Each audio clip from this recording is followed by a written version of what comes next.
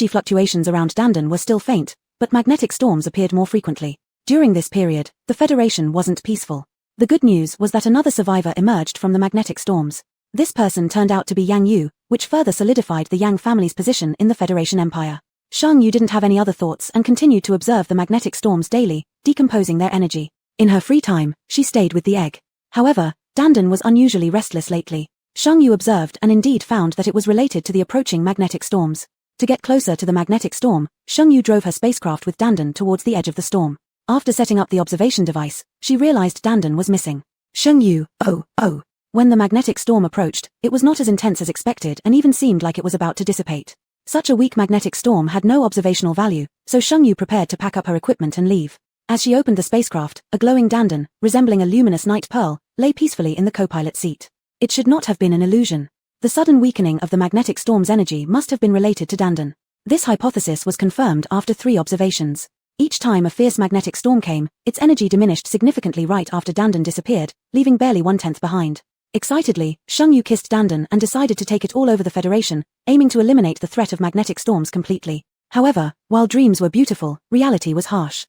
The next day, when Shang Yu woke up, she found that the egg she'd been holding had left behind only a white shell without any glow. Instead, there was a heavy sensation on her chest along with a faint heartbeat. When she pulled back the thin blanket, she saw a completely black dog with a matte texture. It was a small puppy less than 30 centimeters long. Sleeping soundly between her breasts, its slightly open mouth revealed a pink little tongue, making it incredibly adorable. Shang Yu's initial movement to get up was instantly frozen by this little guy, and she could only lie there motionless. Thus, for the first time ever, Shang Yu didn't arrive at the lab before 8. When the pup woke up, its eyes hadn't fully opened yet, but it cuddled up like a lump of cuteness on Shang Yu's face and gave her a kiss. Shang Yu. Hey, this guy was quite the rogue. She lifted the little guy by its collar. You're the one who came out of the egg.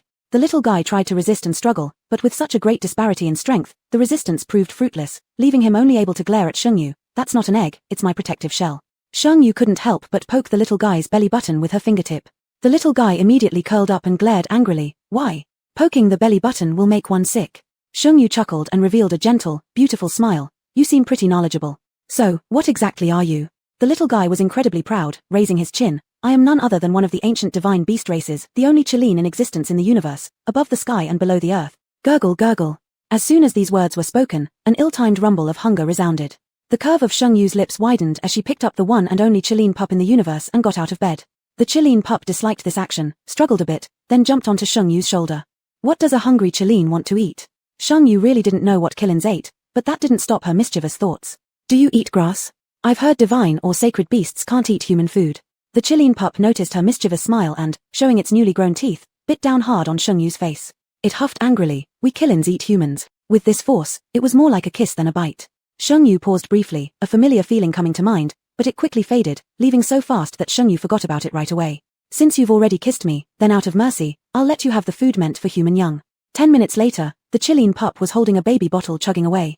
Shengyu cupped her chin, watching the little guy enjoy his meal, suddenly feeling like a mother. The little one, delighted with his meal, fell asleep clutching the baby bottle before long. Shengyu placed him inside the observation instrument. A kind of energy fluctuation similar to the magnetic storms flowed slowly within the little one. It was gradually being absorbed. When the little one woke up again, Shengyu was flipping through ancient human books.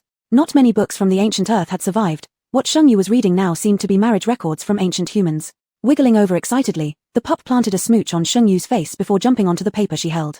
Stop messing around. Shengyu poked it and, seeing its little paw precisely on the name section, she suddenly felt inspired. Chilean cutie, do you have a name?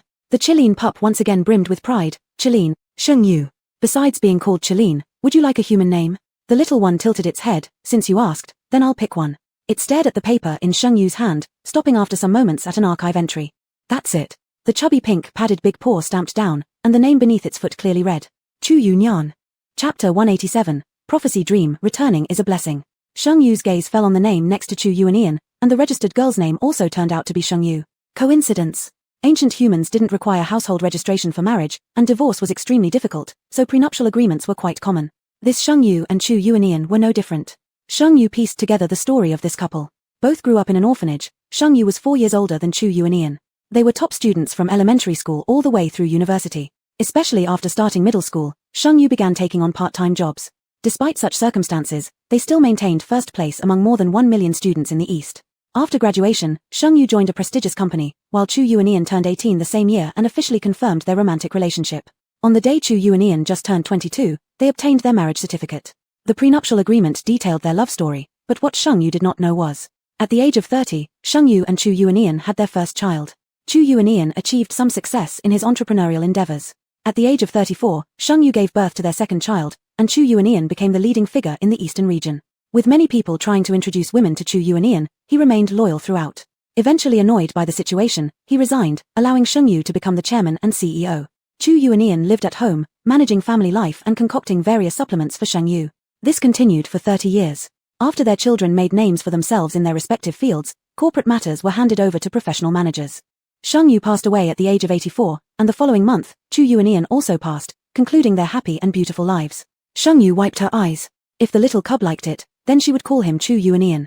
When Shengyu brought the little cub to observe the magnetic storm again, this time the storm showed no sign of weakening. She looked at the little cub Chu Yuanian.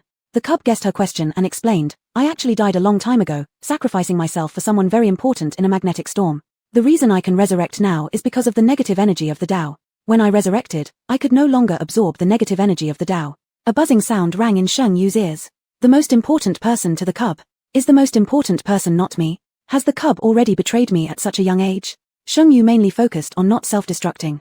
She grabbed the black Kailin who had doubled in size and barked furiously, who is your most important person? You will not have any NNI drink for 3 days if you don't tell me. The cub pouted, you're unreasonable. If I am not your most important person anymore, why should I bother explaining things to you? Shengyu turned her face away. Then go explain yourself to the person who is most important to you. The cub appeared aggrieved and pitiful, but the person who is most important to me is you. Shengyu was momentarily stunned again. Did you die saving me? So, was that why she survived the magnetic storm last time? Thinking about this, her gaze toward the baby Kailin softened completely, tears welling up in her eyes. But I don't remember you. Why don't I remember you? With his immature brain, the cub said something that would make him regret it for life. It was intentional. If I really died, leaving you alone with our memories would make you very sad. Our. Shang Yu's throat tightened. What is our relationship? I won't tell you. The cub's intelligence kicked in, but only for a second. I won't tell you that you are my wife. Shang Yu doubted. How could I possibly marry a little cub like you that I could swat dead with one hand? The cub was enraged. What do you mean? Are you looking down on someone? In the past, I was 6 feet 3 inches tall, with an 8-pack abs, so handsome that both gods and mortals envied me. Flowers bloomed when I walked by, birds were mesmerized seeing me, my scales shone like cut black opal stars, and my body lines curved as perfectly as a meteor. Shang Yu was amazed. How could such a tiny brain remember so many words? Clearly, a new brain works better. So, when will you return to having an 8-pack? Shang Yu asked while observing the magnetic storm not far away. Her position was a blind spot of the magnetic storm, unaffected by its reach. The cub sighed helplessly. If growing naturally, it might take more than 1,000 years. If entering the magnetic storm, it might happen in the next second. The spacetime inside the magnetic storm seemed somewhat different from interstellar conditions.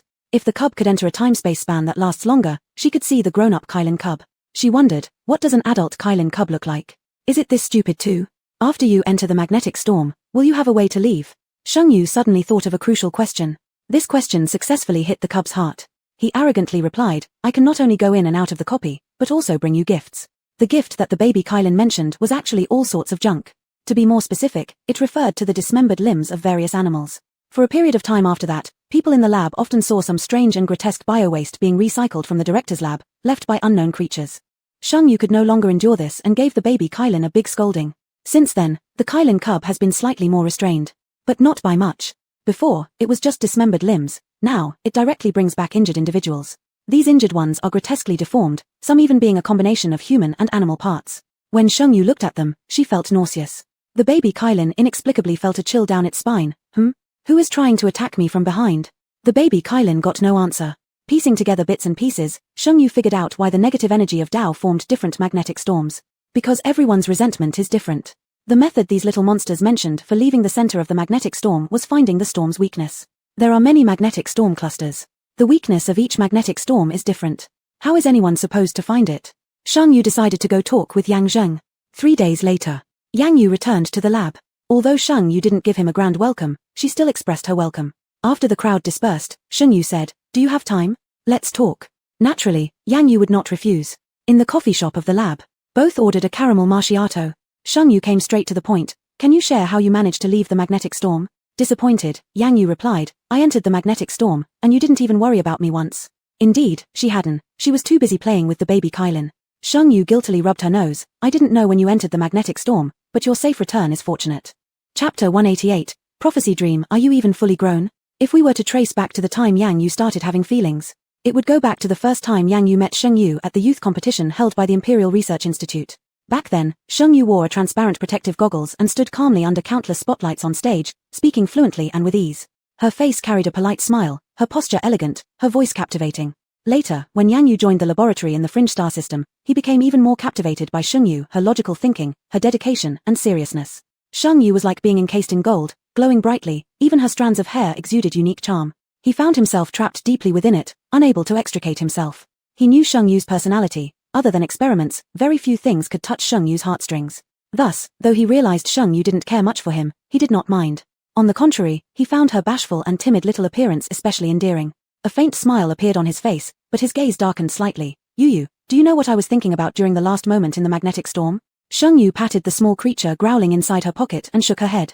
No. Because in that final moment, she thought nothing. She just couldn't completely believe in fate and wanted to keep walking forward, persisting endlessly. It was you. The answer was as expected by Shang Yu. She lifted her eyes to meet his. What did you see in the magnetic storm? Yang Yu wasn't alone when he entered the magnetic storm. 5 researchers accompanied him. They believed that since a woman like Shang Yu could exit from the magnetic storm, they could do so too.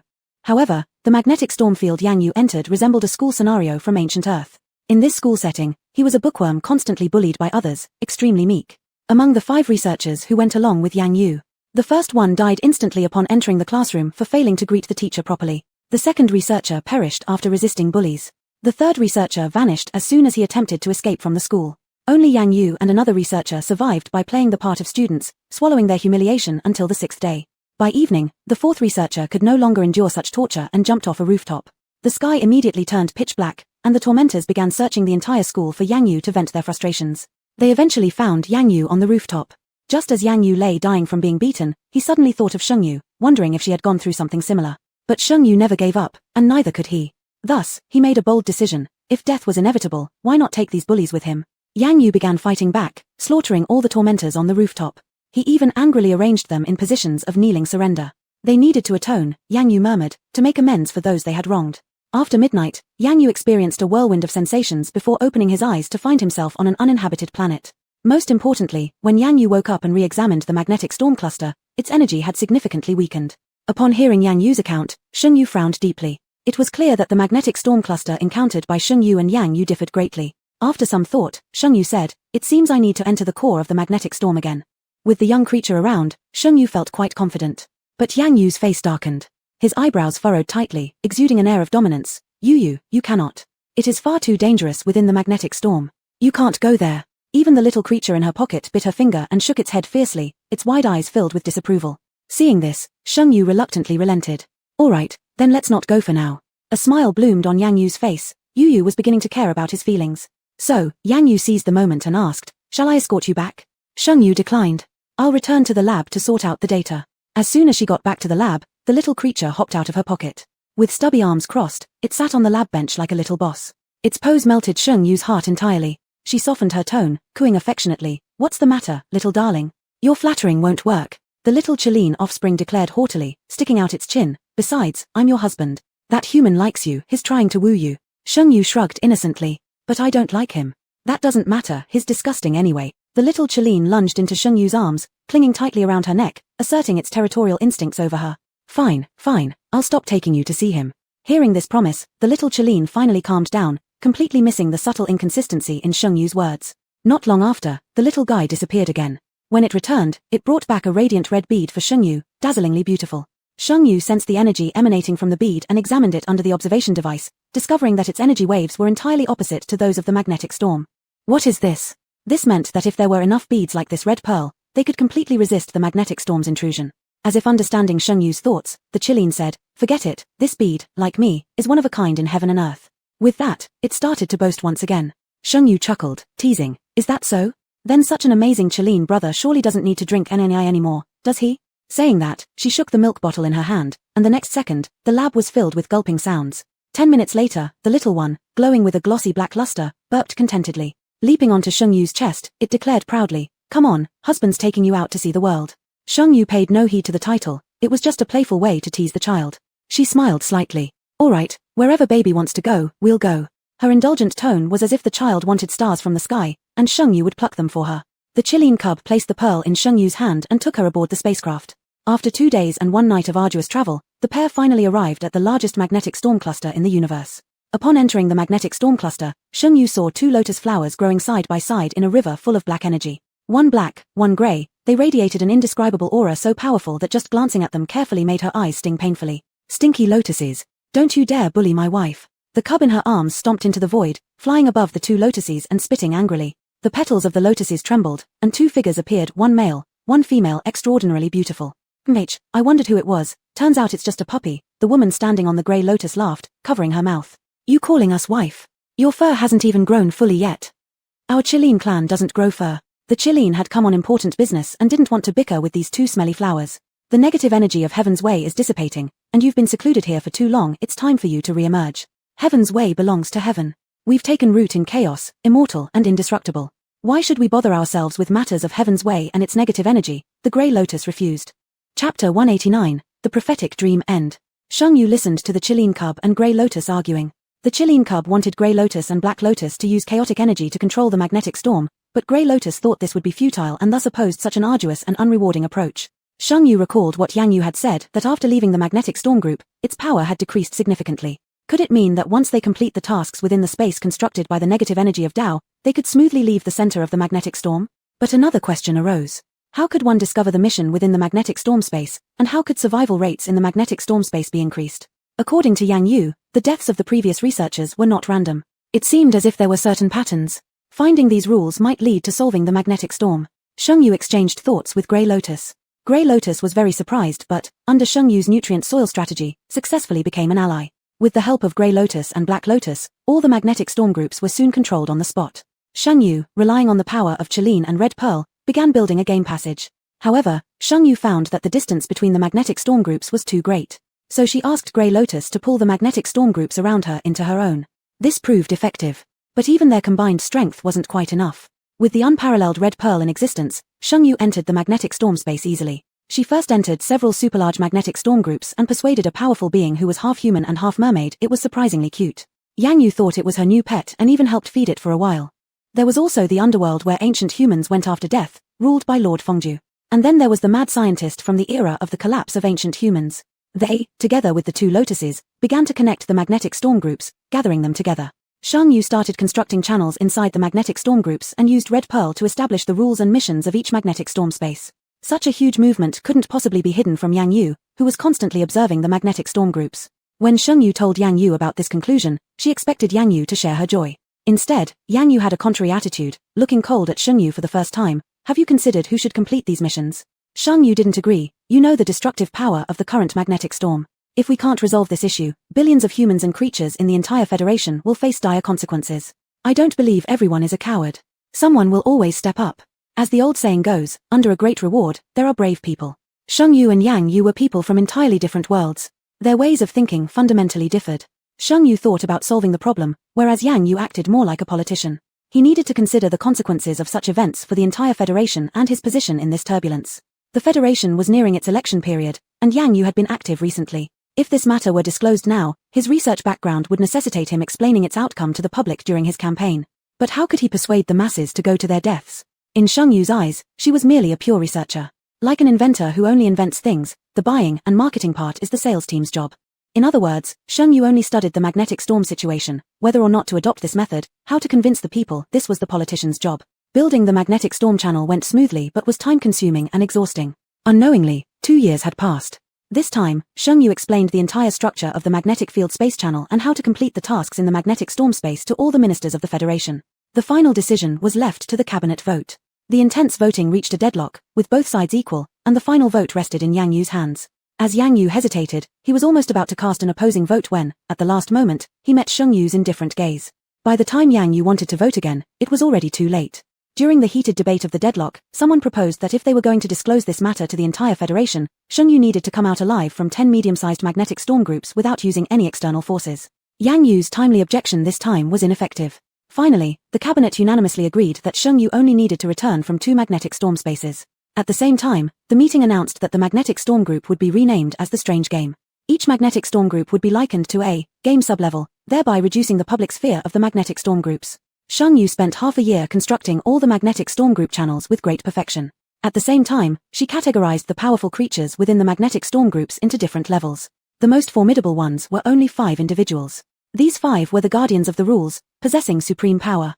Grey Lotus Gongya Ran named them Heavenly Path Abyss, signifying the negative energy that trapped the heavenly path. Sheng Yu thought it was too long and simply renamed them Abyss. When Sheng Yu was about to enter the game sub-level, she carried nothing with her. Sheng Yu had already prepared herself for not returning, as this time she would be going without the help of the Red Pearl, and she didn't know where she might end up. The Qilin cub had grown taller and stronger, his promise thus carried even more weight. I swear, my dear. No matter what it takes, I will definitely find you. And just like that, Sheng Yu stepped into the magnetic storm channel, giving Yang Yu no chance to speak. After she entered, the Qilin cub leapt down after her, his figure disappearing into the magnetic storm. 5 minutes later, Yang Yu arrived at the transmission center of the channel and entered the heart of the magnetic storm together. Thus began the first sub-level of the Strange Game. But Sheng Yu felt no difference at all. She had no idea that she was in a sub-level, thinking it was merely her original world. She was an ordinary college campus beauty, having spent 3 very pleasant years in university. Just before graduation, Sheng Yu met a sophomore boy named Chu Yuenian. They quickly fell deeply in love, spending 2 years together without a single argument. It wasn't that Sheng Yu had too good a temper, it was rather that someone knew how to pout effectively and could always pinpoint her weaknesses. On May 20th of Chu Yuenian's 22nd year, they collected their marriage certificate, and that day, they began Chu Yuenian's teddy bear life in the hotel. Thinking life would remain peaceful, but unexpectedly, over a year later, a zombie crisis erupted in City A. Chapter 190, The Annihilation Battle, Gigantic Magnetic Storm Cluster. Sheng Yu and Chu Yu were killed in this crisis. However, Yang Yu was able to recondense his body using the concentrated negative energy of the Way of Heaven after he had died. He thus remained in this instance and began a long career within it. Sheng Yu thought she would be lost here forever, feeling somewhat regretful for not being able to properly bid farewell to her child. Yet unexpectedly, when she opened her eyes again, she found herself awake in an orphanage. She was an orphan. As time passed, the orphan grew up slowly. This time, she met Chu Yu at the age of 6. They grew up together, studied together, struggled together, from getting to know each other and falling in love to getting married. Until that day, after Chu Yu enthusiastically went to get their wedding rings, he never came back. Sheng Yu saw the reckless fool on the court who, after causing a fatal accident, was still yelling loudly. That person wasn't any ordinary madman, he was actually the insane scientist that Sheng Yu had once saved from the magnetic storm space. Only now did Sheng Yu realize that the insane scientist's sole obsession was winning humanity's battle against annihilation. But in the infinite expanses of time and space, all ancient Earth humans ultimately headed towards extinction. He had traversed countless magnetic storm spaces containing ancient Earth humans, yet failed to successfully reignite the spark of hope to revive Earth. Now there was only one space left. If he couldn't ignite the spark of hope for ancient Earth this time, ancient Earth would be completely erased from the cosmic river. On the court, Sheng Yu met the insane scientist's crazy eyes. In confusion, she heard a voice talking around her. When will Yu wake up? I don't know, but this prophecy dream has exceeded its normal duration. No, we must find a way. The madman has already linked half of the universe's magnetic storm spaces, preparing to devour the Federation. He is truly mad. He can't revive ancient Earth. Does he really expect all the people of the Federation to die with him? Why did the Emperor of Fengju get involved in the madman's affairs? After a moment of silence, Sheng Yu heard Chu Yu's hoarse voice. The negative energy of the Way of Heaven has disrupted the normal order of the underworld. Ancient Earth and the underworld are closely related. If Earth is revived, the underworld will return to normal. Conversely, if Earth disappears, the underworld will also disintegrate. The Emperor has no choice. There was nothing left but to make a final attempt. After a while, there was another sigh. More than half of all 6-level players who have already departed have entered the replication of the battle for annihilation again. We need to prepare as well. See you in the replication. See you in the replication. After everyone left, Sheng Yu slowly opened her eyes. The last trace of bewilderment disappeared from her clear pupils, while Chu Yu, who was kneading his temples nearby, hadn't noticed at all. Sigh. Sheng Yu's voice was a bit dry and carried a faint whisper. Just this whisper made Chu Yu shoot up from the soft chair beside him. You woke up. Sheng Yu, supporting her stiff body, let out a long breath. I'm awake. Why do you look so exhausted? Chu Yu had stubble on his chin and chapped lips, his beautiful phoenix eyes filled with bloodshot streaks. You've finally woken up. Chu Yu moved forward and embraced her tightly, all the resentment accumulated over many days bursting forth at once, his voice choked with emotion. It's been a month. You've been unconscious for an entire month.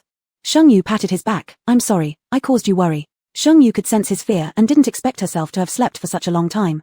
I just overheard what you guys were saying, but I'm still unclear. Why has the magnetic storm space turned into this? Sheng Yu's question made Chu Yu realize that her memory had returned, so he simply explained the matter.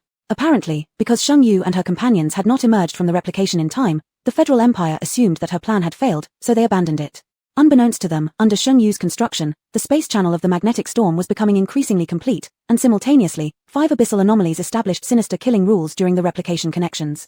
As these rules gradually improved, they gained their own consciousness. Afterwards, the rules actively pulled interstellar humans into the magnetic storm space, earning points accordingly in each replication. Only when the points reached a certain rule would the 5 abyssal anomalies open the passage back to interstellar space, allowing a return to the Federation. Thus, the magnetic storm space and the Federal Empire coexisted peacefully for many years. Until recently, after the madman had dragged Chu Yu into the bizarre game replication. The Black Lotus and the Grey Lotus, namely Gong Yaran and Gong Sun Chen, joined Zhongli Yang to imprison the madman and the Emperor of Fengju in the dark prison. Yet, taking advantage of Zhongli Yang and others' absence, the madman and the Emperor of Fengju escaped from the dark prison. The Emperor of Fengju was seated amidst the magnetic storm cluster in the underworld, while the madman had begun connecting all the replicas. Wherever he went, king-level anomalies and players were either killed or injured. Now, a gigantic magnetic storm cluster had already formed in the interstellar space, its power still increasing. Currently, more than 800 people have entered this replica, but what's most alarming is that the replica's passage is shrinking. This means the replica will soon close. When that happens, the lives of all beings in the universe will depend on those who entered the replica. If they fail, the entire Federation and even half the universe will be destroyed by the magnetic storm cluster. Even worse, the news transmitted from inside isn't optimistic at all. Judging by the extent to which the replica's energy is weakened during progression. That is to say, at least 1/10 of the people must achieve an S-rank clearance or above. For such an extraordinary replica, achieving S-rank clearance with 80 people would be as hard as ascending to heaven. Even for level 6 players entering the replica, there's little certainty of success. Well then, let's hurry into the replica. Sheng Yu took a deep breath, glancing at her panel of talents. Recalling the items she'd obtained in various replicas, inspiration struck. The golden butterfly knife from Broken Home. The diamond box from No Man in the Wilderness. The pearl gateway from Forbidden Deep Sea. The treatise on the Way of Tranquility from Special Replica. The photo from Mountain Village Teaching Program. The golden kidney from Escape from Anomalous City. The dragon phoenix candle from Grievances of Newcomers. The control watch from Starry Sky Black Jail. The blank scroll from Thousand-Layer Ancient Castle. She dragged all 9 items acquired from these replicas into the fusion talent system. Regardless of how many crystal cores Shengyu tossed in, the progress bar of the fusion talent didn't budge at all. Trouble. The passage of the gigantic magnetic storm cluster is about to close. A shout of panic came from outside. Chapter 191, The Annihilation Battle. Don't get cocky yet. Shengyu and Chu Union exchanged a glance, understanding everything without words. Just as the two entered the instance dungeon. Ding, player upgraded to LV5. Would you like to draw for a talent? Yes. The wheel spun, then stopped. Ding, drawing complete. Congratulations, player drew the SSS class talent, Mental Web. Ding, player upgraded to LV6.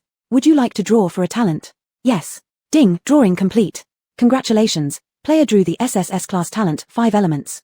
Shengyu looked at the hand tightly holding hers and slightly raised her eyebrows. Chu Union had already tidied himself up, switching into a new set of traditional male attire. Beneath his slightly messy bangs, his phoenix-like eyes were proud and affectionate.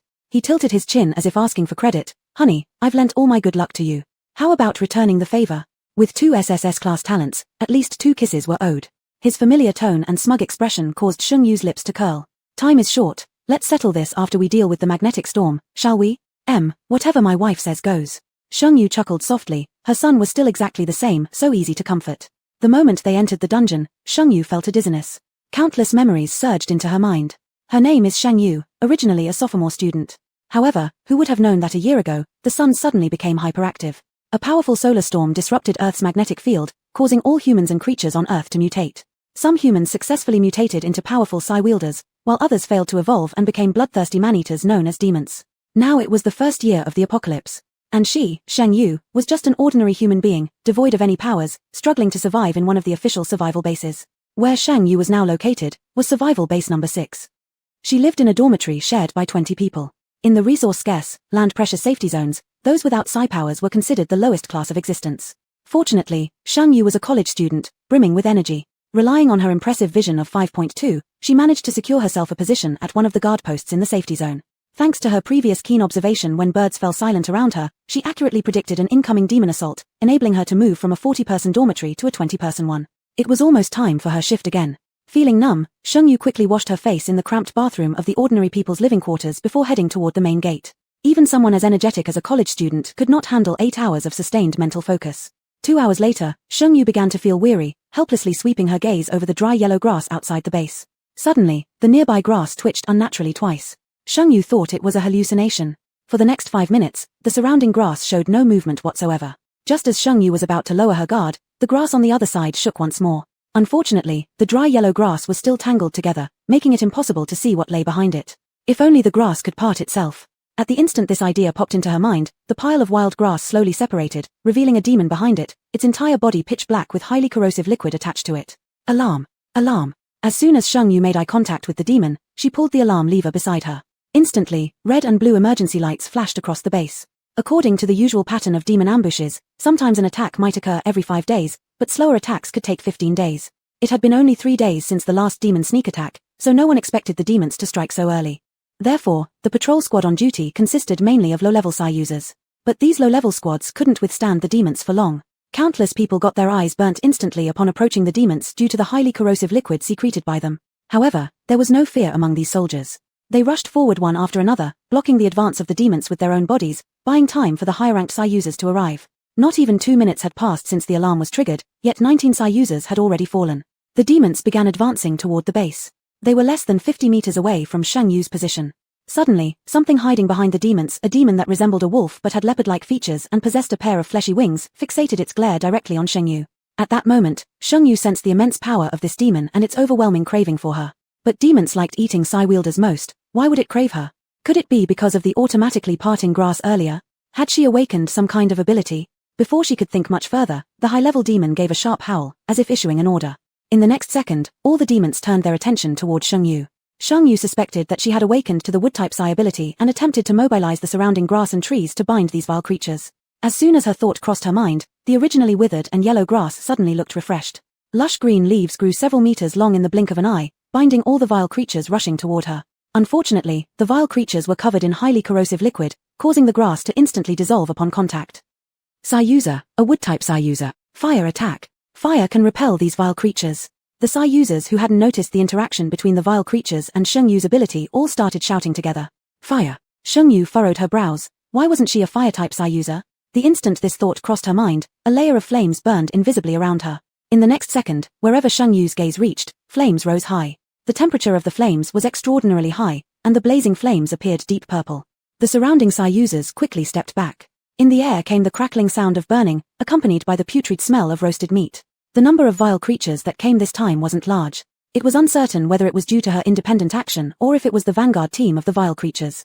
However, the sudden appearance of a high-level fire-type Psy user successfully diffused the crisis. By the time the senior Psy users arrived at the scene, the flames had already extinguished.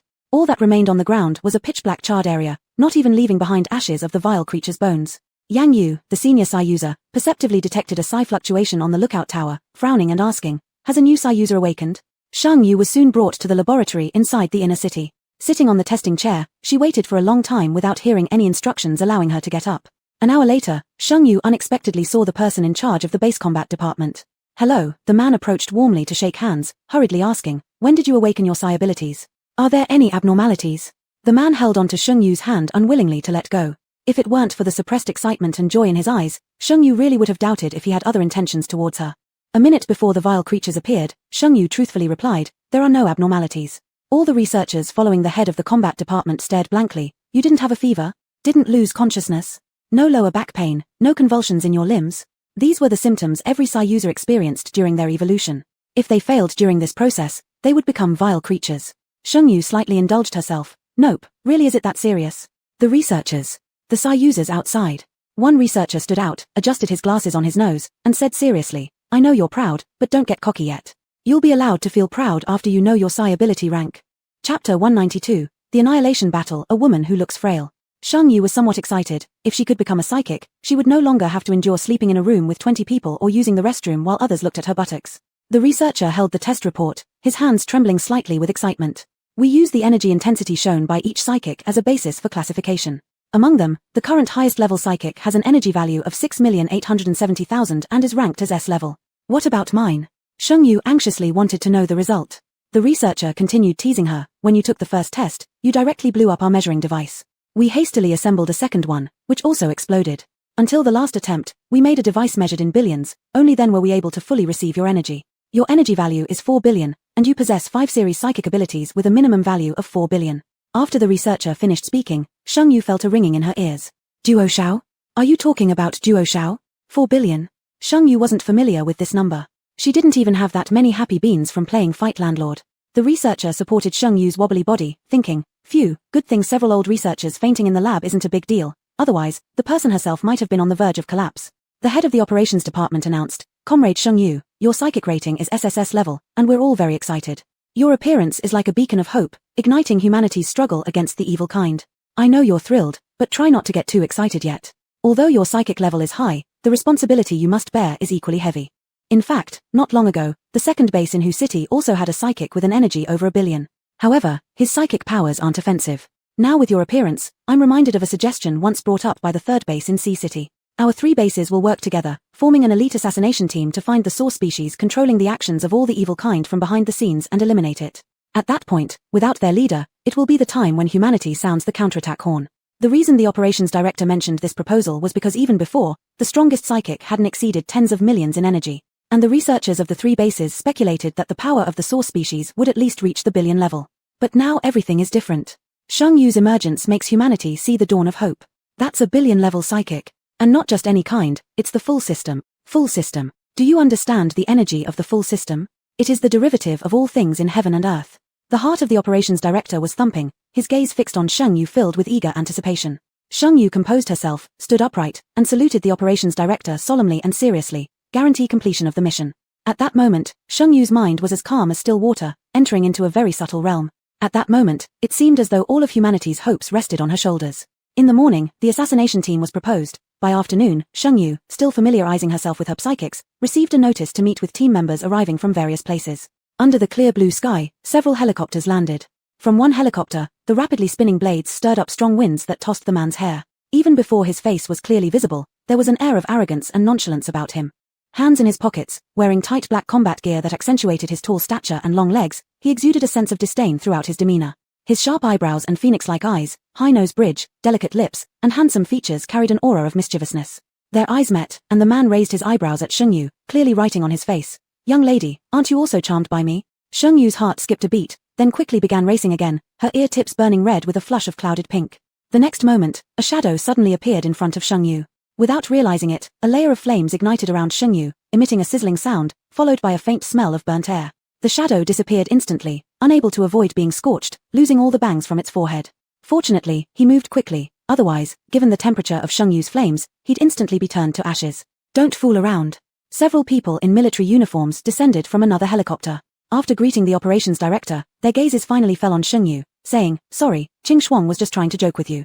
Shengyu didn't think this was a joke. Both in the eyes of the person earlier and those of the ones now, there was full inspection and evident defiance. However, within 10 minutes, Shengyu understood why they felt defiant. The operations department actually designated her as the captain of this assassination team. The third base had significant objections to Shengyu being appointed as the captain. "Minister, the decapitation operation is of great importance. She has no experience in fighting against evil kind, so I oppose her being the captain," Xia Qingchang said with his burnt and curly hair. As soon as he spoke, everyone from the third base who had come with him agreed. Shengyu was originally uninterested in whether or not she would be captain, but after hearing this, she decided she needed to stand up for herself just for pride's sake. She raised her eyebrows and leaned slightly against the chair behind her, powerful and confident. "Does fighting evil kind depend on experience? In the face of absolute strength, everything else is nonsense." "I agree," said the man who had captivated Shengyu. He was from the second base and was named Chu Yuenian. He also had an energy value exceeding hundreds of millions. My abilities are not offensive, so Captain Sheng, remember to protect me, a man who can't tie up a chicken." He was sitting next to Shengyu, speaking while leaning closer to her, exuding a more intimate tone that wasn't clearly expressible. With both billion-level giants having spoken, the combat minister had no objections, and the remaining psychics dared not voice any objections either. The time was set, and they would depart one day later. This day was left for the 5-person team to familiarize themselves with each other. But it was apparent that the psychic from the third base had some unknown thoughts because he disappeared right after the meeting ended. Only Shengyu and Chu Yuenian were left. The evening haze burned brightly, half of the sky was dyed with a layer of crimson red and light purple. The long and towering shadow cast by the man enveloped Shengyu. Chu Yuenian looked at this seemingly delicate woman with great interest. Such a body could actually hold 2 billion energy levels. Indeed, one cannot judge a book by its cover. Thick thighs, they should be embraced well. "Captain Sheng, why don't you give me a tour of the official base?" Shengyu paused for a moment. "Look, it's also my first time coming to the inner city today. Do you believe me?" Chapter 193, The Annihilation Battle, Water Spirit's Big Eyes. A day of getting to know each other didn't significantly increase the camaraderie among the members of this hastily formed team. Particularly the group from the third base, all with rare abilities and being the cream of humanity's crop, they had no respect for Shengyu at all. Take Xia Qingchuang for example, an S-class wind elemental able who had developed teleportation skills. Cao Xing, an S-class ice elemental. Ju Fan, an S-class space elemental. Among them, Cao Xing had the highest current energy value at 687. No wonder they were so unhappy with Shengyu. Who could possibly like someone stealing their thunder? The 5 headed south. There had been word before that evil seeds and sources of corruption had been active around Mount Qinling. Inside the luxurious 7-seat off-road vehicle, Chu Yuenian supported his head, a look of weariness mixed with impatience on his face, his demeanor less than friendly as he rested his eyes closed. Shengyu sat in the passenger seat, curiously observing the outside world. Since the apocalypse arrived, she was evacuated to an official base, and had never seen the outside world since then. Looking out now, everything was different. What used to be the bustling capital had fallen, covered with weeds, desolate and lifeless. The tall buildings stood lonely, remnants of a forgotten kingdom in the heart of the city. The capital, once known as brimming with gold, now saw these gold turned into evil seeds. 20 minutes after the car left the base, Chu Yuenian opened his eyes, his voice tired yet relaxed. There are 17 mid-level evil beings and 2 high-level ones ahead. High-level evil beings have powers comparable to human S-class ability users. However, even within S-class abilities, there are stronger and weaker ones. The car slid forward more than 50 meters when a pitch-black mid-level evil being lunged toward it. In the next second, some kind of invisible force tore this mid-level evil being into 2 pieces. "My prey," Xia Qingchuang said. Ju Fan behind neither confirmed nor denied, but with slight movements of his fingers, another spatial blade was thrown out, directly piercing through the hearts of 3 mid-level evil beings. For the people in the third squad, killing evil beings was like playing a one-sided game, commonly referred to as fishing. Soon, the dozens of mid-level evil beings disappeared, but with a loud moo, a giant rhinoceros charged directly toward the luxury off-road vehicle. Cao Xing, who hadn't moved until now, cast a dangerous gaze, balled his fists, instantly lowering the temperature inside the car. Outside the car, the rhino was covered thickly with ice. "Let's go." Cao Xing casually glanced at Shengyu, his tone casual, as if it were merely something he did with ease. But Shengyu kept staring out the window innocently at Cao Xing and said, "It seems we can't move." At the sound of her words, a clear cracking noise echoed through the air, followed by countless shattering ice blocks. The rhino, mooing angrily, shot forth cold breaths through its nostrils and charged with full force at the SUV. In the next moment, the SUV disappeared. The rhino, with strength akin to 1,000 tons, rushed too hard and tumbled down to a slope beside the road with rumbling sounds. The SUV reappeared about 50 meters away from its original position. The people inside looked momentarily at each other and finally directed their stares onto Shengyu. "It's you." Xia Qingchuang stared oddly. Shengyu blinked her innocent large eyes. "It's me all right, but I also want to thank you for the inspiration. It turns out that as long as I rely on the power of the 5 elements, I can also teleport."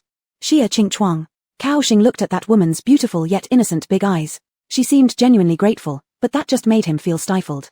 She was merely a user of the 5 element powers, so what? But using it for teleportation, wasn't that implying that even he, a unique special ability user, couldn't think of that? Wasn't that basically calling him stupid?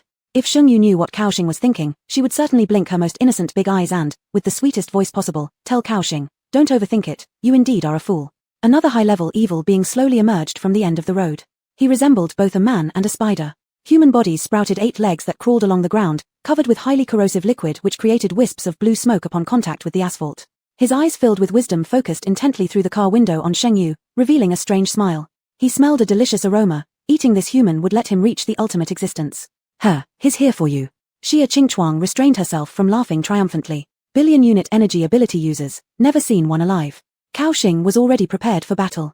This high-level evil being had quite high energy values, even he didn't have the confidence to take it down with a single strike. As for Shengyu, someone who barely fought against evil beings, she probably wouldn't even be able to move when seeing them, scared stiff. When he glanced over, all he saw was Shengyu furrowing her brow in apparent pain. Chum-ph, just as expected. The temperature inside the car plummeted. Chu Yuenian, who was rarely noticed, hissed. "Damn cold." Chu Yuenian complained with displeasure and reached out to grab Shengyu's hand. "Can't the captain give a bit of warmth?" Shengyu sat in the front passenger seat directly in front of Chu Yuenian. A pretty hand stretched water-like from the side, latching onto the edge of Shengyu's coat. Struggling not to react to the ugly figure before her, Shengyu firmly gripped the persistent hand pulling at her, soon transmitting warmth. Looking ahead, the humanoid spider was suddenly surrounded by a layer of deep purple flames, the temperature within dozens of meters around it instantly rising. Cao Xing, seated in the driver's seat, felt a wave of heat rushing toward him, followed by a shrill wail. In seconds, the dreaded evil seed had turned into ashes. "Now we can go," Shengyu blinked her large eyes at Cao Xing. Cao Xing, how irksome, like he wanted to pop those shiny eyes. "But are we really leaving? The rhino evil seed isn't dealt with yet. It will endanger the base." Ju Fan spoke for the first time after staying silent for so long. He opened up his space to search for that rhino evil seed. In the next second, within the space domain he had spread out, he saw a thick-skinned rhino riddled with several sharp spears, almost nailed to the ground. Ju Fan's words died mid-sentence. Shengyu looked at him with bright, clear eyes, without uttering a word but conveying more than any 1,000 words could. Ju Fan. He simply closed his eyes and began meditating. Thus, the people from third base kept contending with Shengyu. Whenever they encountered evil seeds on the road, they went all out attacking them, only to find Shengyu had finished dealing with hers already. Her bright big eyes blinking innocently, they seemed to be silently mocking. "Is this all?" Xia Qingchuang got furious. All right, I won't argue with you, but how about him?" Pointing at Chu Yuenian, he only then noticed their hands were still clasped together. Shengyu feigned innocence. She had stopped giving Chu Yuenian thermal energy much earlier. It was Chu Yuenian himself holding on tightly. "You're also rated over billion units, yet throughout the journey, you haven't even made a fart. Are you here to flirt instead?" Chu Yuenian lazily raised his eyelids. "Do you want me to tell everyone how you went fishing when you were 8 and got bitten by an eel right where it matters?" Xia Qingchuang lost his temper instantly, his face turning red in fury, pointing at Chu Yuenian to strike. "You think your predictive ability makes you special? You're using your ability this way. Go F*** yourself, grandpa." Chu Yuenian, at 12, you climbed a wall to secretly watch. Xia Qingchuang, "I'm sorry, I was wrong, brother." "No, grandpa, if there's anything you need later on, just let me know." Chapter 194, The Extinction Battle. Is magic about to appear? The car stopped in front of a 2-story civilian house in a town. This place was chosen by Chu Yuenian after an afternoon of searching, and it was basically a place that would not be attacked by the wicked seeds. As Shengyu and Chu Yuenian went upstairs together, Cao Xing burst out while feeling stifled. "Captain Sheng, relationships are not allowed within the team." Shengyu's figure paused. She glanced at Chu Yuenian and then turned to look at Cao Xing with her bright big eyes full of confusion. "Who's in a relationship?" Cao Xing frowned deeply. "We're a team. If you have private feelings within the team, how can we trust our backs to you?" Before Shengyu could respond, Chu Yuenian sneered lazily, raising his eyebrows. "If you're scared, just go back. In fact, without all of you, we could kill the Origin even if she doesn't consider your dignity and doesn't have to hold back when dealing with the wicked seeds." "Are you saying she is holding back? This whole journey, wasn't she the most comfortable?" Xia Qingchuang joined in but shrunk her shoulders as Chu Yuenian's gaze met hers and closed her mouth. The tension between Chu Yuenian and Cao Xing was palpable. It seemed like they were about to fight. As Sheng Yu rubbed her chin in thought, pondering whether to eat milk-flavored turkey noodles or mashed potato turkey noodles tonight. Suddenly, the tightly closed door opened, and a blonde, blue-eyed woman with Slavic heritage appeared before everyone. "Dear guests, the evening is late and the wind is cool. Please stop arguing outside." The sudden appearance of this woman frightened Sheng Yu so much that she instinctively stepped back, bumping into Chu Yuenian's arms. Chu Yuenian steadied her waist and softly said into her ear, "Don't be afraid." His warm breath ruffled Sheng Yu's emotions, and her heart rate accelerated inappropriately as the fear she had just felt began to fade. Faced with the woman's invitation, Chu Yuenian wrapped his arm around Sheng Yu's waist and walked boldly inside. Ju Fan followed closely behind, while Cao Xian and Xia Qingshuang brought up the rear. The seemingly ordinary exterior of the civilian house concealed dramatic changes on the inside. It was luxurious, like a medieval palace, with crystal-clear chandeliers lighting every corner of the grand hall. Ju Fan walked alongside Chu Yuenian and whispered, "What's going on? Didn't you say this place would be safe for overnight stay?" Chu Yuenian replied with a lazy tone, "You guys only asked for a place without wicked seeds." "Look, there are no wicked seeds here."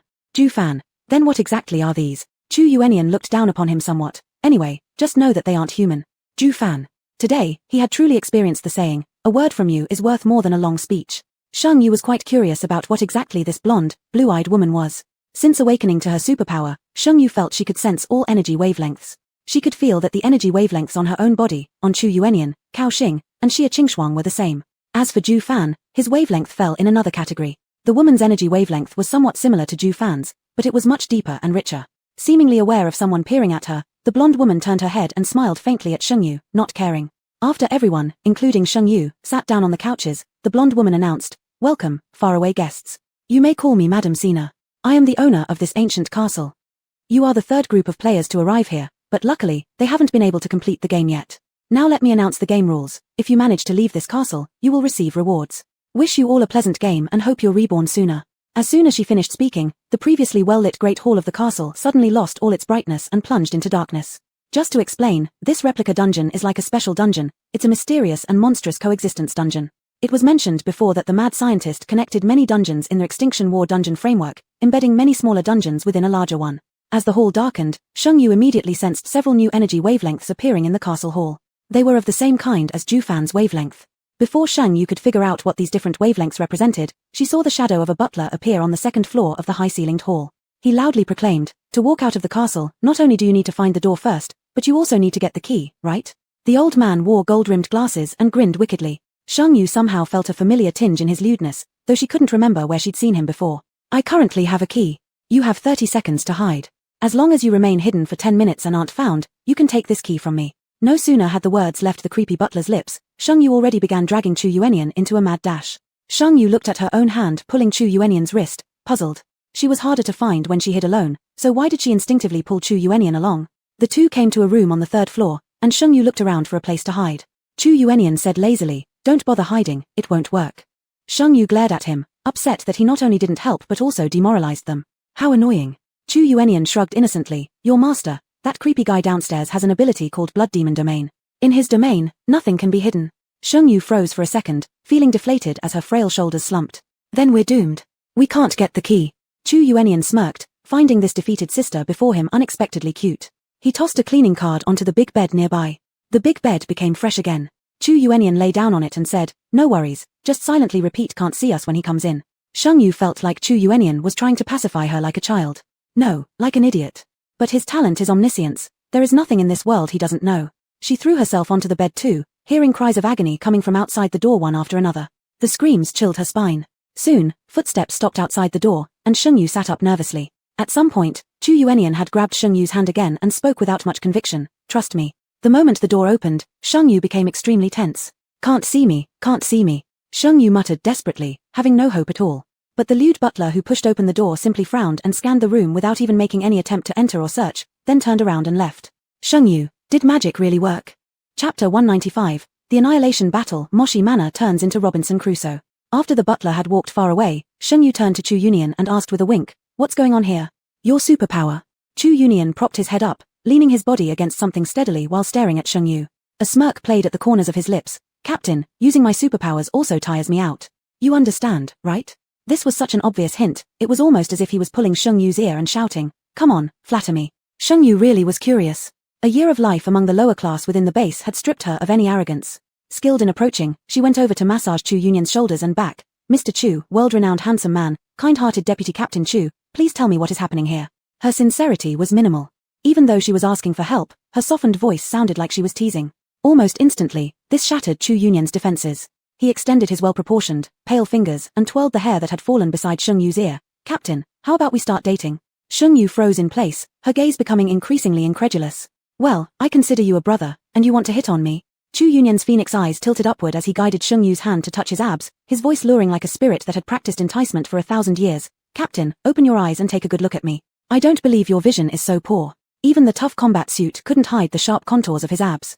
As his hands moved downward slowly, it seemed they were nearing forbidden territory. Startled like a frightened bird, Sheng Yu quickly withdrew her hand, her face burning red. You are harassing me. Chu Yunyan didn't deny it. I only do this to you. Whatever you wish to do to me is also acceptable. Sheng Yu suddenly felt that this person was a bit oily, perhaps even a playboy. The intimate atmosphere between them began to dissipate when outside came a heavy, loud bell sound. Immediately following, the butler's voice resounded through every corner of the ancient castle. Please reveal yourselves, the two remaining players. The game is over. Sheng Yu almost instinctively sprang off the bed, ready to leave. But she was pulled back by Chu Yunyan. His elegant knuckles tapped Sheng Yu's head with a gentle affection. Are you so gullible? Why can't this apply to me? The timing is fake. There's still a minute left. Sheng Yu.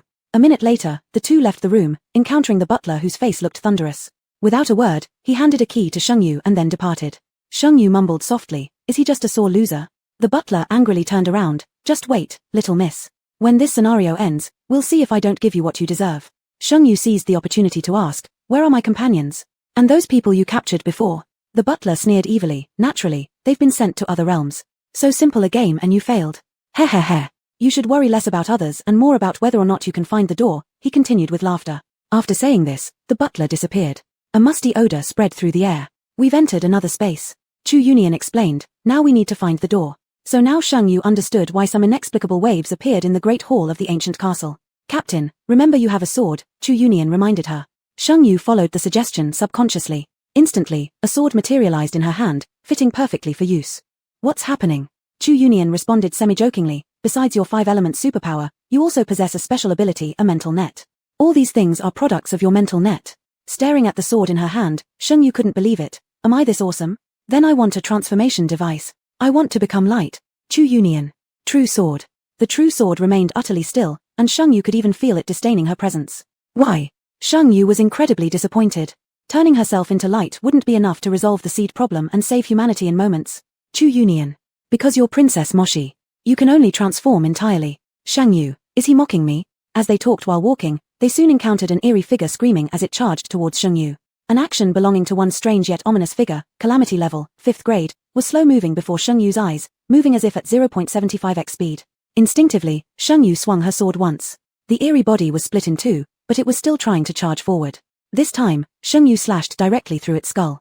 Instantly, the eerie entity dissolved into a puff of black smoke and disappeared. Chu Yunyan clapped seal style. Great job, Captain. As he said this, he took out a handkerchief to wipe away sweat that wasn't there from Sheng Yu. With Chu Yunyan present, the two quickly found the door to leave. It was behind a huge portrait of Lady Xena. When Sheng Yu pushed the door behind the painting open, a salty, moist sea breeze blew in their faces. The next second, Sheng Yu heard a surprised voice behind her. It's the door, it's opened. As the voice spoke, it directly pushed Sheng Yu and Chu Yunyan out, but itself seemed to have collided with an invisible glass and was bounced back. Both of them completely emerged from the door. In just the blink of an eye, the grand luxurious door in front of their eyes suddenly turned into an unremarkable little wooden door. The salty, damp sea breeze filled Sheng Yu's nostrils. Sheng Yu had a bad premonition. She glanced around. All she could see was an endless expanse of azure blue ocean. The sea surrounded them on all sides. This definitely wasn't the house they had entered before.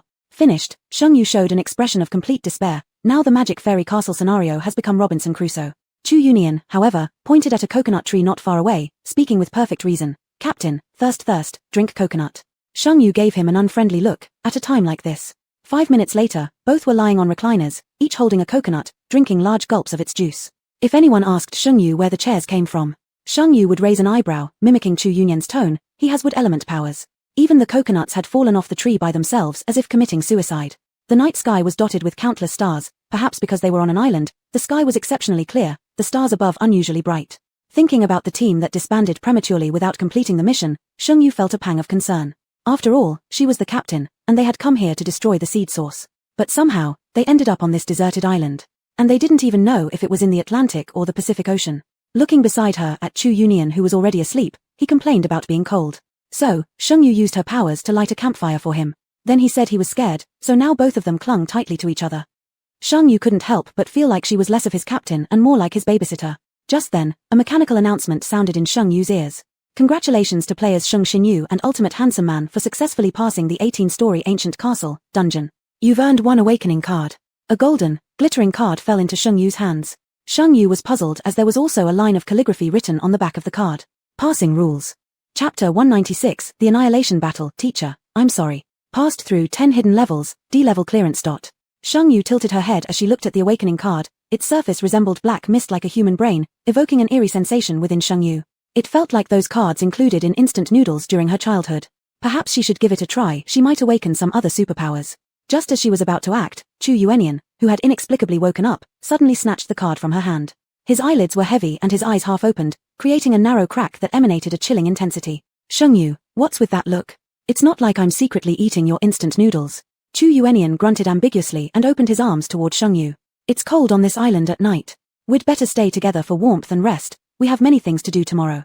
If Shengyu didn't know she had fire-based powers which would prevent her from being cold, she might have believed this man with his solemn face truly cared about her well-being. Yet, seeing Chu Yuanian's slightly pale complexion under the light of the flames, she still leaned over like a small heater, warming him up. Using the universal ability must have been tiring, right? The next morning, Shengyu was still sleeping when she suddenly felt a sharp pain in her toes. Opening her eyes, she realized the tide had risen so high that it was about to submerge them both. A small crab was pinching her toes lightly. Pain made Shengyu cry out, and a streak of flame shot out, instantly roasting the crab, a delicacy ready to eat. The ingredients went from raw to cooked in just 1 second. But Shengyu had no time to catch more crabs for breakfast. Somewhere far away on the sea, an ancient temple appeared floating there. Most conspicuous was the 9-story pagoda in the center of the building, shining with gold light as if enshrining the Buddhist relic of Sarira at its pinnacle. That temple slowly approached the island, carrying with it a salty, humid breeze laced with blood.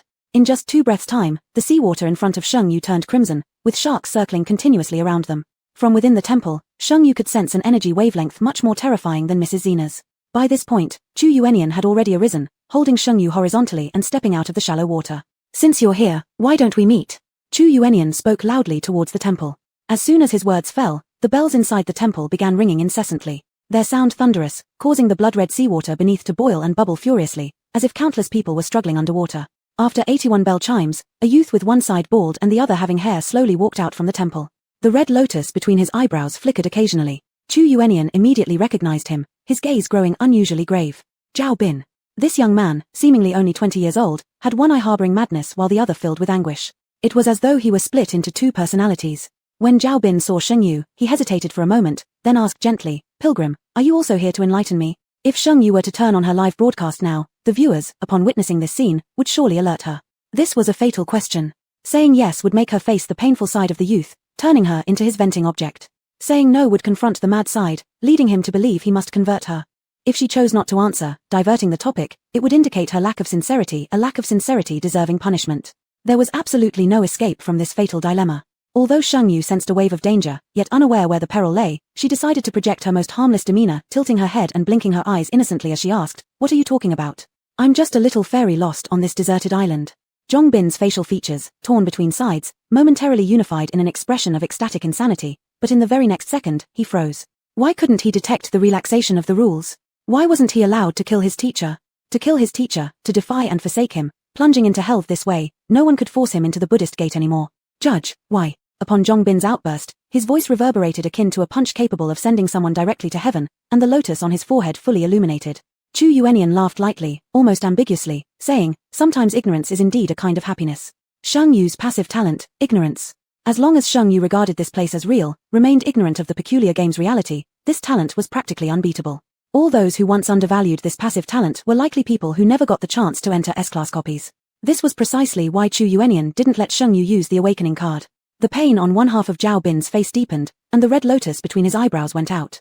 When he spoke again, it was Zhao Bin's voice, almost pleading, "Teacher, I'm in so much pain. They all want me to leave you, but I don't want to. My master nearly died trying to save me, and I had no choice but to eat him. I don't want to. Why do they have to force me? Why?" Chu Yuanian closed his eyes slightly, and everything that had led up to this moment flashed before him. Shengyu looked at the boy with 2 faces and felt a pang of sympathy. She cautiously stepped forward, her wood energy slowly circulating. Since his hair was a sign of wood attribute, Shengyu tried her luck. Soon black hair began growing on the other bald half of the boy's head. Ignoring the split nature of his face, he seemed much more normal. The words from the boy didn't strike Shengyu as odd. After all, in this cursed world where even evil seeds existed and she herself had 6 different powers, there was nothing that seemed impossible anymore. Not to mention this was a mental illness case. She gently patted the boy's head and started dishing out some motivational pep talk. Don't be too sad. Your master surely wanted you to live well. If anyone forces you into anything, fight them back bravely. Zhao Bin stared fixedly at Shengyu, and madness flashed in his eyes once again. Suddenly, he reached out and grabbed her neck with his hand. As soon as Shengyu felt goosebumps rising all over her body, Gold Element instantly formed a hard layer of steel around her neck. In the next second, an ultra-high temperature fireball was hurled toward Zhao Bin. Under such high temperature, Zhao Bin's arm almost turned to ash immediately, and the flames quickly surrounded him, reducing him to ashes within moments. All of this happened in the blink of an eye, leaving Shengyu little time to react. Then from the pile of ashes, the complete figure of the young man reappeared. But this time, the youth's face had finally returned to normal. He looked at Shengyu, who still harbored a trace of fear in her eyes, and apologized remorsefully. Teacher, I'm sorry. Chapter 197, The Annihilation Battle excluding the missing Pengcheng. Under Chu Yuanian's dangerous gaze, Zhao Bin reluctantly corrected himself. You look very much like my teacher. Sorry, I am Zhao Bin. Shengyu nodded in understanding, looking at the temple that had been floating on the sea all the time. Can you help us get back to the land? As expected, Zhao Bin nodded and immediately led the two into the temple. The solemn and dignified temple has now become a mountain of corpses and a sea of blood. Beneath the golden Buddha statue were countless dismembered bodies, while beneath their feet, a stream of blood slowly flowed into the sea. Seeing these gruesome sights, Zhao Bin's mental state obviously became unstable again, with the lotus flower on his forehead flashing continuously. Shengyu could feel the terrifying aura coming from him and quickly conjured up a scorching fireball in her hand out of caution. Her eyes were full of vigilance. Chu Yuanian patted Zhao Bin's shoulder, a streak of black light flying out of Zhao Bin's body and merging into Chu Yuanian's. A red lotus slowly appeared on Chu Yuanian's forehead. When Shengyu followed Zhao Bin to the relatively clean woodshed in the backyard of the temple, she noticed the difference in Chu Yuanian. You. Shengyu hesitated but ultimately stopped herself. Why are you imitating others? There was a mist brewing in Chu Yuanian's eyes. The originally lazy expression on his face was now tinged with arrogance, and the bright red lotus on his forehead made him appear even more unearthly beautiful. Just one glance from him left Shengyu's heart racing. Isn't it good looking? Chu Yuanian lifted his chin arrogantly, as if he would give Shengyu a punch if she dared to say it wasn't attractive. It's gorgeous, so cool. Could you make one for me too? It was so cool, cooler than the fairies from the magic fairy castle. Chu Yuanian arched his seductive eyebrows. So do you like me better with or without the flower? After absorbing the residual energy within Zhao Bin managed to stabilize and was no longer pulled between two personalities. However, completely absorbing the power of one-punch elevation wasn't something Chu Yuanian could achieve instantly. He needed to absorb it gradually. This allowed the consciousness of one-punch elevation an opportunity to take over Chu Yuanian's main awareness. Can you give me the flower design? That would be great. The more Shengyu looked at Chu Yuanian's Envoi final project face paired with the lotus flower on his brow, the more she believed it was a stroke of genius. Even the gods descending couldn't surpass this level. Hearing this, Chu Yuanian was utterly pleased from the inside out, his lotus lightly trembling. He moved forward and wrapped his arm around Shengyu's waist. He'd wanted to do this for a long time. The girl's waist was incredibly delicate, her hands pressed against his chest, her eyes shimmering with unspoken words. Want one? Then kiss me first. Chu Yuanian lowered his voice into a seductive bubble tone, tempting Shengyu. Shengyu blinked. It doesn't seem right. Wouldn't you lose out a bit? Let you win. Win more, said the man as he bent his head to reduce the height difference between them. Dazzled by the swaying red lotus, Shengyu hooked her arms around his neck and pressed her cool lips against his. The next second, the man seemed like someone who'd been parched in the desert for over a month, desperately sucking on the moisture from her mouth. In the following moment, Shengyu was pushed onto the large Kang bed in the room, and Zhao Bin felt an irresistible force push him out of the door. Outraged, Zhao Bin shouted, "This is a sacred Buddhist place, you cannot do things inappropriate for children here." A gust of wind passed, carrying with it a strong smell of blood. Shengyu guessed correctly. This wasn't indeed the inland sea of China, but near the waters of Japan. Zhao Bin said there had been a traitor in their temple who let a powerful Japanese eerie entity enter. Luckily, with his eternal strange talent and the one-punch elevation's genuine damage ability, the eerie creature was soon dealt with. They also incidentally eradicated the whole of the Japanese island, leaving no life behind, turning it into a dead land. However, the trouble occurred after they returned from Japan. Back then, the people in the temple saw that despite learning Daoist magic for many years at their temple, Zhao Bin still relied on Taoist techniques when he fought. So they forced Zhao Bin to join Buddhism, secretly planting a Buddhist heart in him and forcibly giving him tonsure. Zhao Bin resisted the whole time, but the monks constantly chanted true sutras to promote the growth of the planted Buddhist heart. Caught between resistance and acceptance, Zhao Bin fell into a state of madness and almost killed all the monks in the temple. Only one punch elevation refused to abandon Zhao Bin. But one punch elevation was ambushed by the abbot, shattering his body. The only way for Zhao Bin to defeat the abbot was to consume the flesh of one punch elevation. Perhaps more accurately, it was the flesh of Chu Yuanian, the Kailin. Ultimately, Zhao Bin killed the abbot and remained adrift in the temple, caught in constant mental conflict. Sheng Yu's face flushed red after listening to Zhao Bin's words, and she retreated back into the room without coming out again. Chu Yuanian, meanwhile, looked completely calm to the point that the veins on his neck stood out prominently. Clearly, he was suppressing something, with a trace of humiliation flickering in his eyes. It was the 5th day of the scenario. The temple had successfully reached the southern coast of Huaxia. As soon as they stepped ashore, Sheng Yu, Chu Yuanian, and Zhao Bin were surrounded by a throng of evil creatures. What startled Sheng Yu even more was that all the evil creatures before her were high-level ones. Their energy frequencies were much stronger than those of the creatures near the official bases. No wonder there wasn't a single survival base in the southern region. With such powerful evil creatures, how could humans survive? A wave of sorrow welled up inside Sheng Yu, and she did not hesitate or show any mercy when dealing with these monsters. Her mental net locked onto the evil creatures, combining fire element and gold element powers together. A tungsten spear, heated to extreme temperatures, pierced through the brains and spines of the creatures. The air was filled with the pungent smell of burning flesh. Chu Yuanian instinctively put his hands together as if about to chant a mantra, but then paused in mid-air and nonchalantly let them drop. The city where Sheng Yu logged in used to be one of the 4 great central cities of Huaxia, Beijing, Shanghai, Guangzhou, and Pengcheng. But now, the formerly bustling metropolis was completely in ruins. The entire city looked like a vast wasteland, its broken walls and ruins showing just how fierce the resistance had been here before. Yet it ended in failure.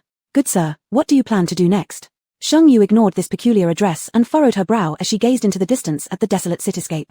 I need to go check out the city center. Her spiritual net couldn't reach the city center, but she always felt that something powerful existed there. Moreover, several energy signatures similar to her own seemed to be emanating from beneath the ground. There were survivors. This made Sheng Yu more determined than ever to head for the city center. She had an ominous premonition. The 3 major bases had information stating that the source of the evil creatures was in Mount Qinling, which was already known as the strongest evil creature so far. But this known strongest excluded Pengcheng, which had long been out of contact. If the strongest evil creature truly was the origin of their species, Sheng Yu felt that the unknown thing lurking in the city center, which already made her heart quiver with fear, might actually be the real source of the evil creatures. Chapter 198, The Annihilation Battle. Master, save me. A red lotus shimmered on Chu Yuanian's forehead, and the consciousness of the one-hit overdrive was fusing with Chu Yuanian. Sheng Yu could distinctly feel that the energy emanating from Chu Yuanian had increased once again.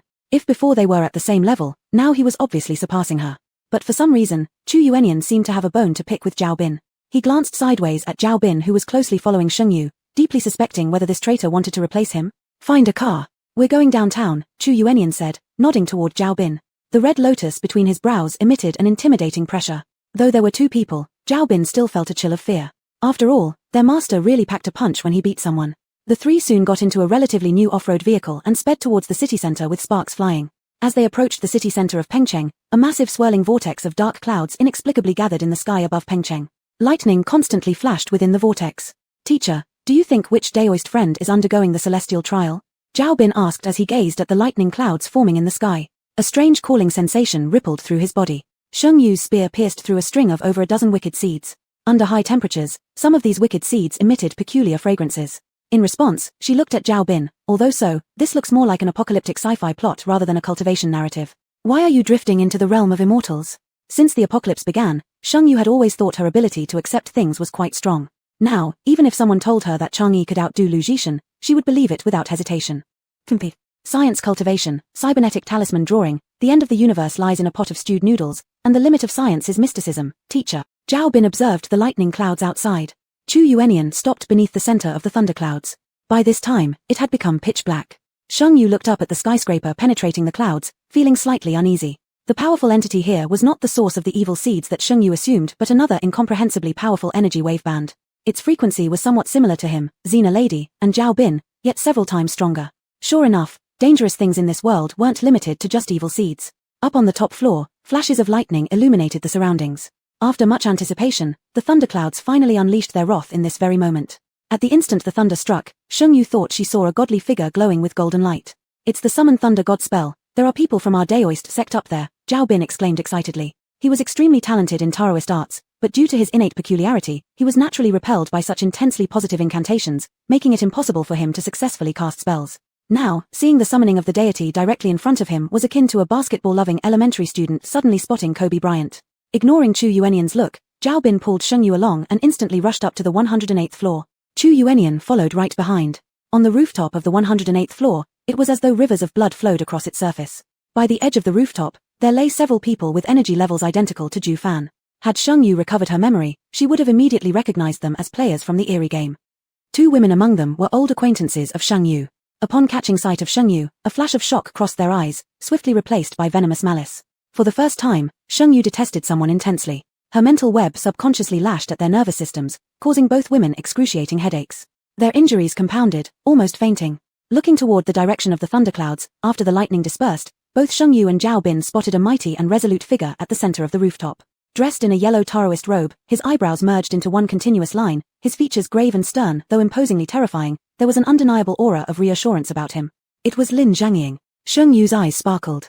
Before Lin Zhangying, all those Ultraman and little sorceresses paled into insignificance compared to the comforting presence of Uncle Nine alone. As a child, Sheng Yu would kneel before Uncle Nine's picture 3 times before continuing to watch horror movies when frightened.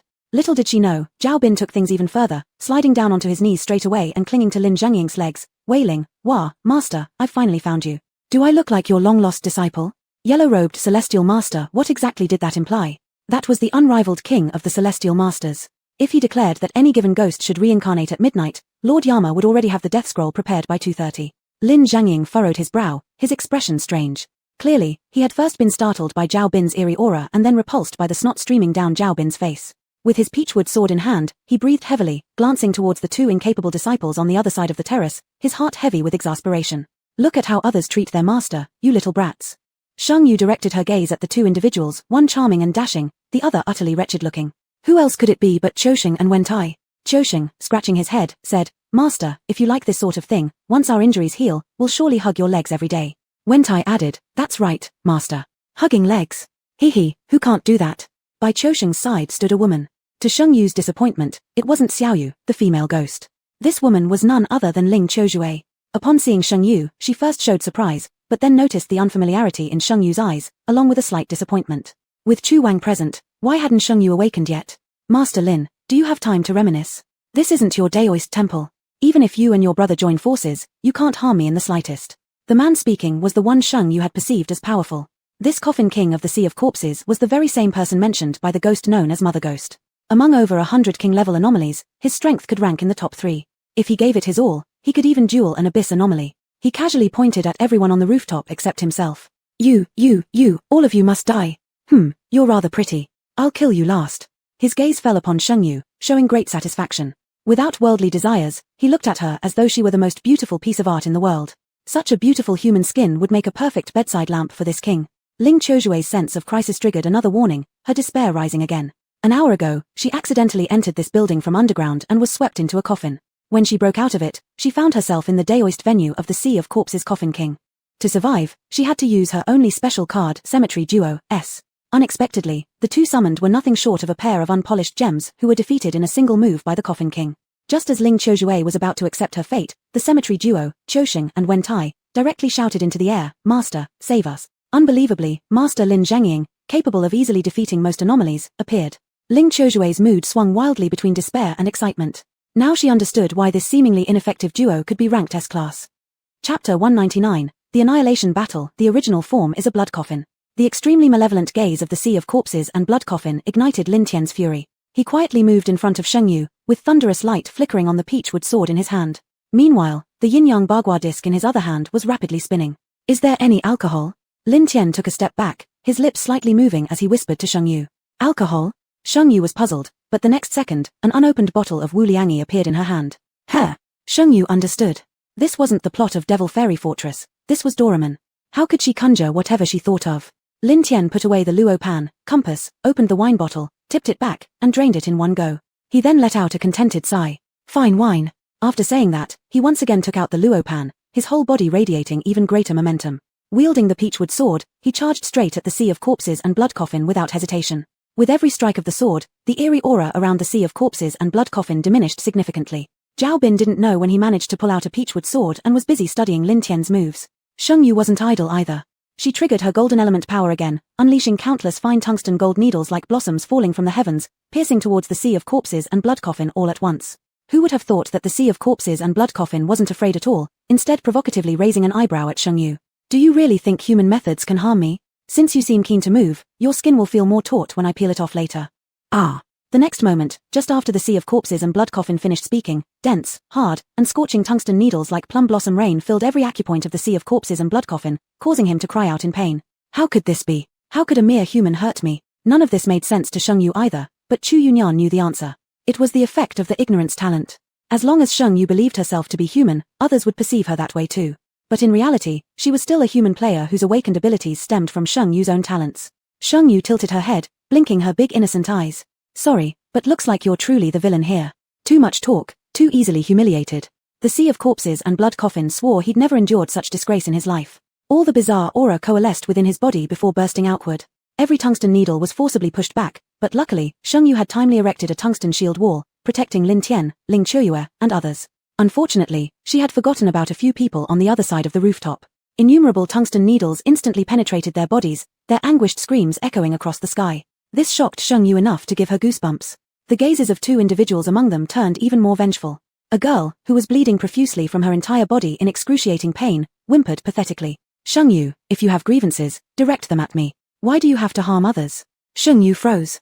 Who was steeping West Lake Longjing tea? It's not that. I don't even know you. Why are you saying these things? These are attacks from the sea of corpses and blood coffin. You couldn't protect those older brothers and sisters yourself, so now you're blaming me? How have I offended you? Tears brimmed in Sheng Yu's eyes. Oh, it turns out she meant herself. That sentence, older brothers and sisters, revealed a glimpse of understanding in the eyes of another woman standing nearby. It seemed Sheng Yu hadn't awakened yet. She wondered what scheme Sheng Yu was brewing. During the time Fang Jiufeng was without Ju Fan, she grew rapidly. Finally, she understood the prowess of Sheng Yu. No, if she had the special props that Sheng Yu possessed, she would surpass Sheng Yu and completely transform the strange world into her own empire. She wouldn't allow some abyssal eerie to mess up the game the way it did now, all thanks to Sheng Yu. Her personal tragedy began with Sheng Yu. Whether the weird game perished or not no longer mattered to her.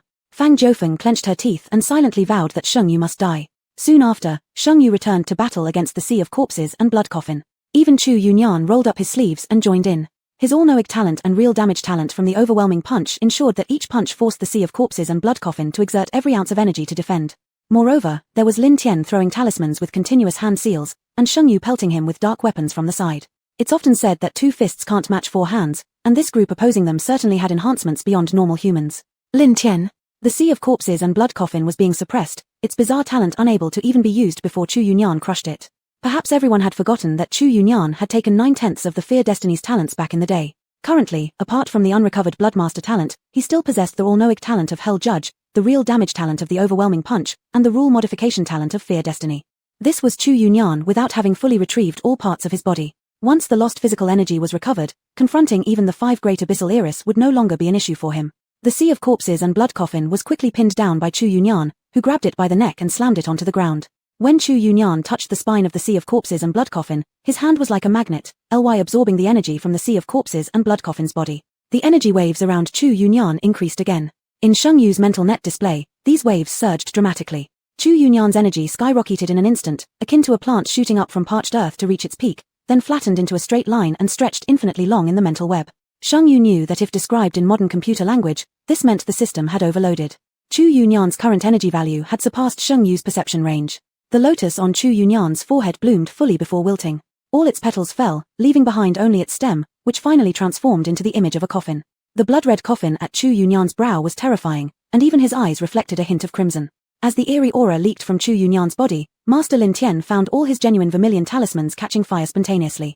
Qiusheng hid behind Master Lin, terrified. Wow, Master, this is such a powerful eerie force. Are we doomed? Master Lin scolded angrily. Shut up, you unlucky boy. All of this happened within the blink of an eye. The sea of corpses and blood coffin was sucked dry by Chu Yunyan, turning into black smoke and vanishing. The next second, the rooftop was enveloped in a blood-red hue. A mix of darkness and blood colors, it felt even more horrifying than a horror movie. Not far in the air, a blood-red coffin suddenly floated into view, dripping with blood. The blood didn't pool on the ground but instead cast a new sea of corpses and blood coffin figure. The coffin, that was the true form of the sea of corpses and blood coffin. The human-like figure was merely an illusion it created. At this moment, Chu Yunyan's eyes were completely red. He stared at the blood-filled coffin where his remaining flesh lay submerged inside.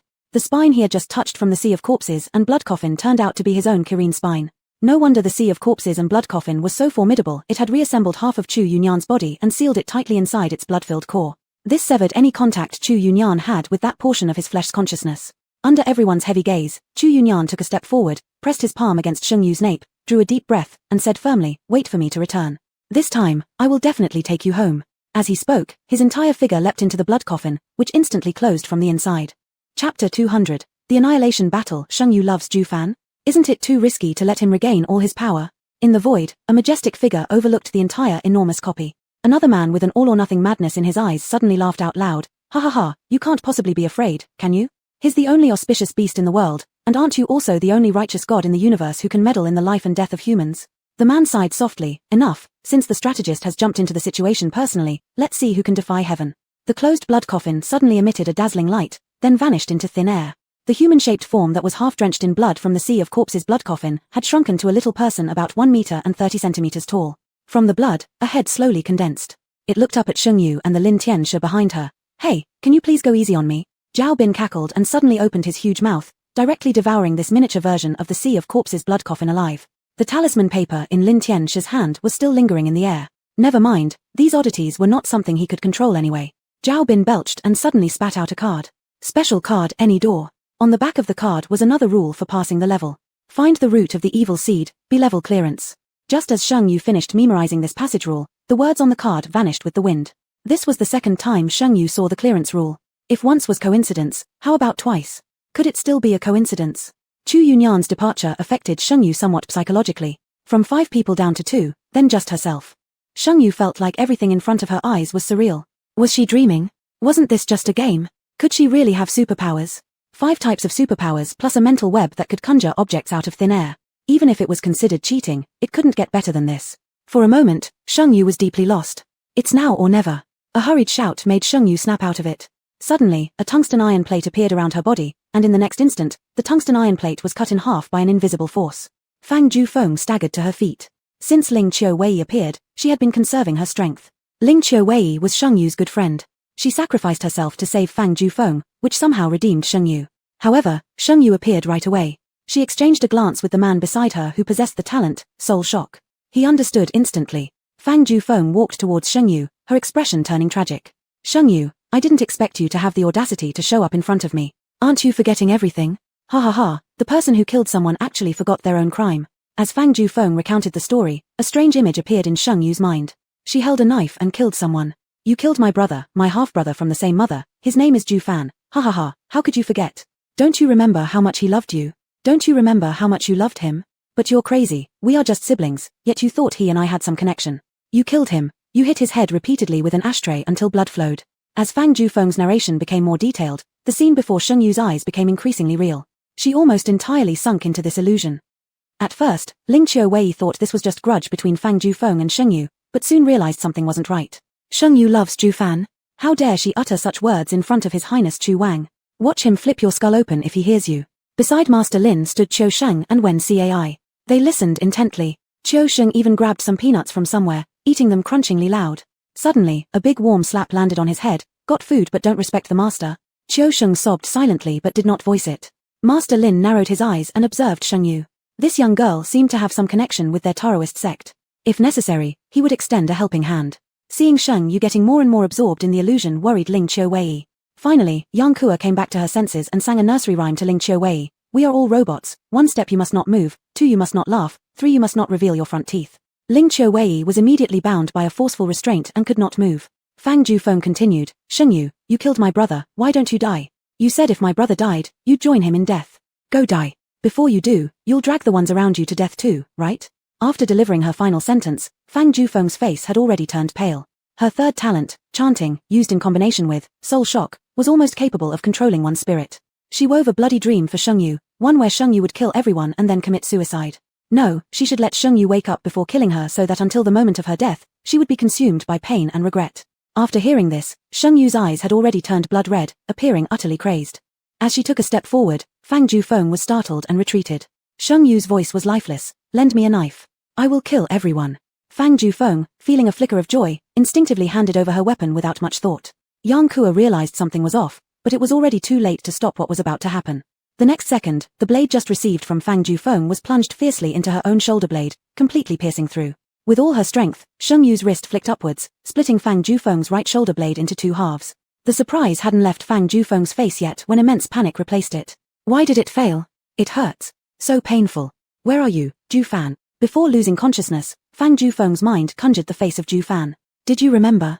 Yang Kua took a few steps back, looking at Sheng Yu's still blood-red eyes as she struggled to plead. Sister Sheng, do you remember me? It's me, Yang Kua.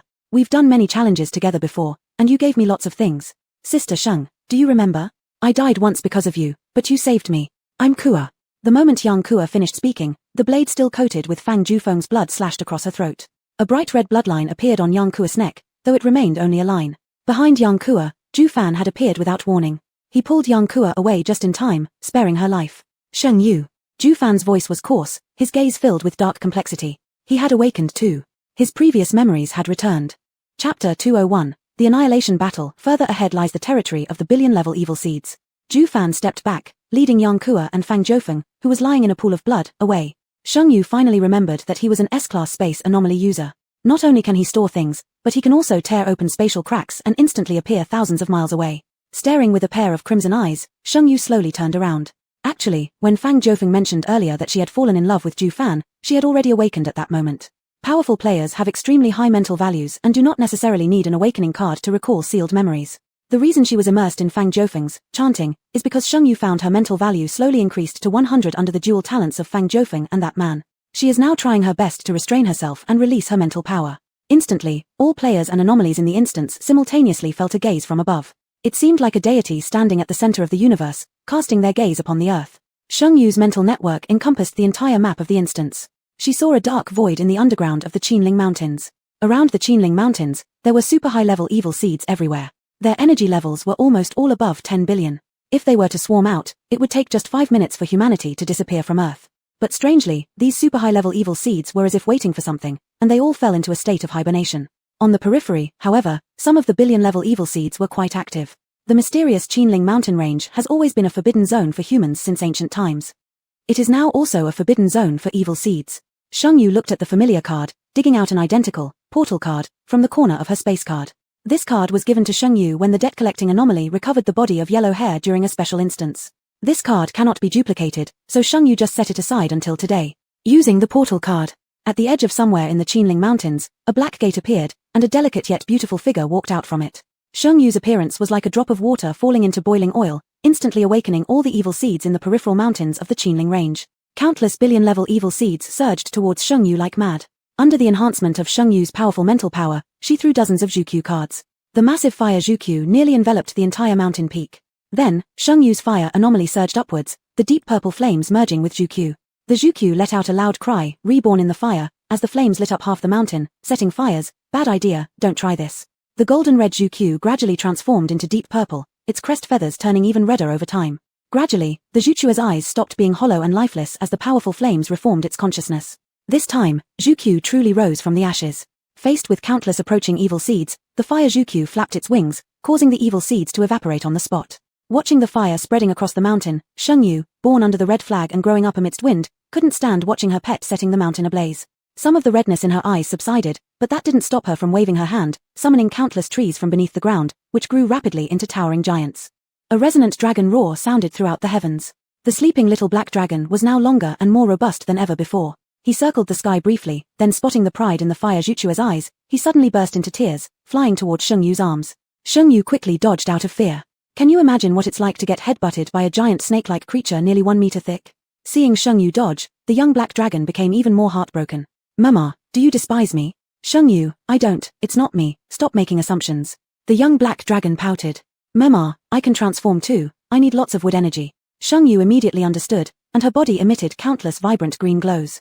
The forest wood, upon contact with this gentle green light, began to grow wildly. Bathed in the green glow, the young black dragon's black scales started to shed while his horns grew wildly. He absorbed much more energy than the fire Zhuqiu, and 10 minutes later, a complete black dragon molt dropped onto Sheng Yu's hand.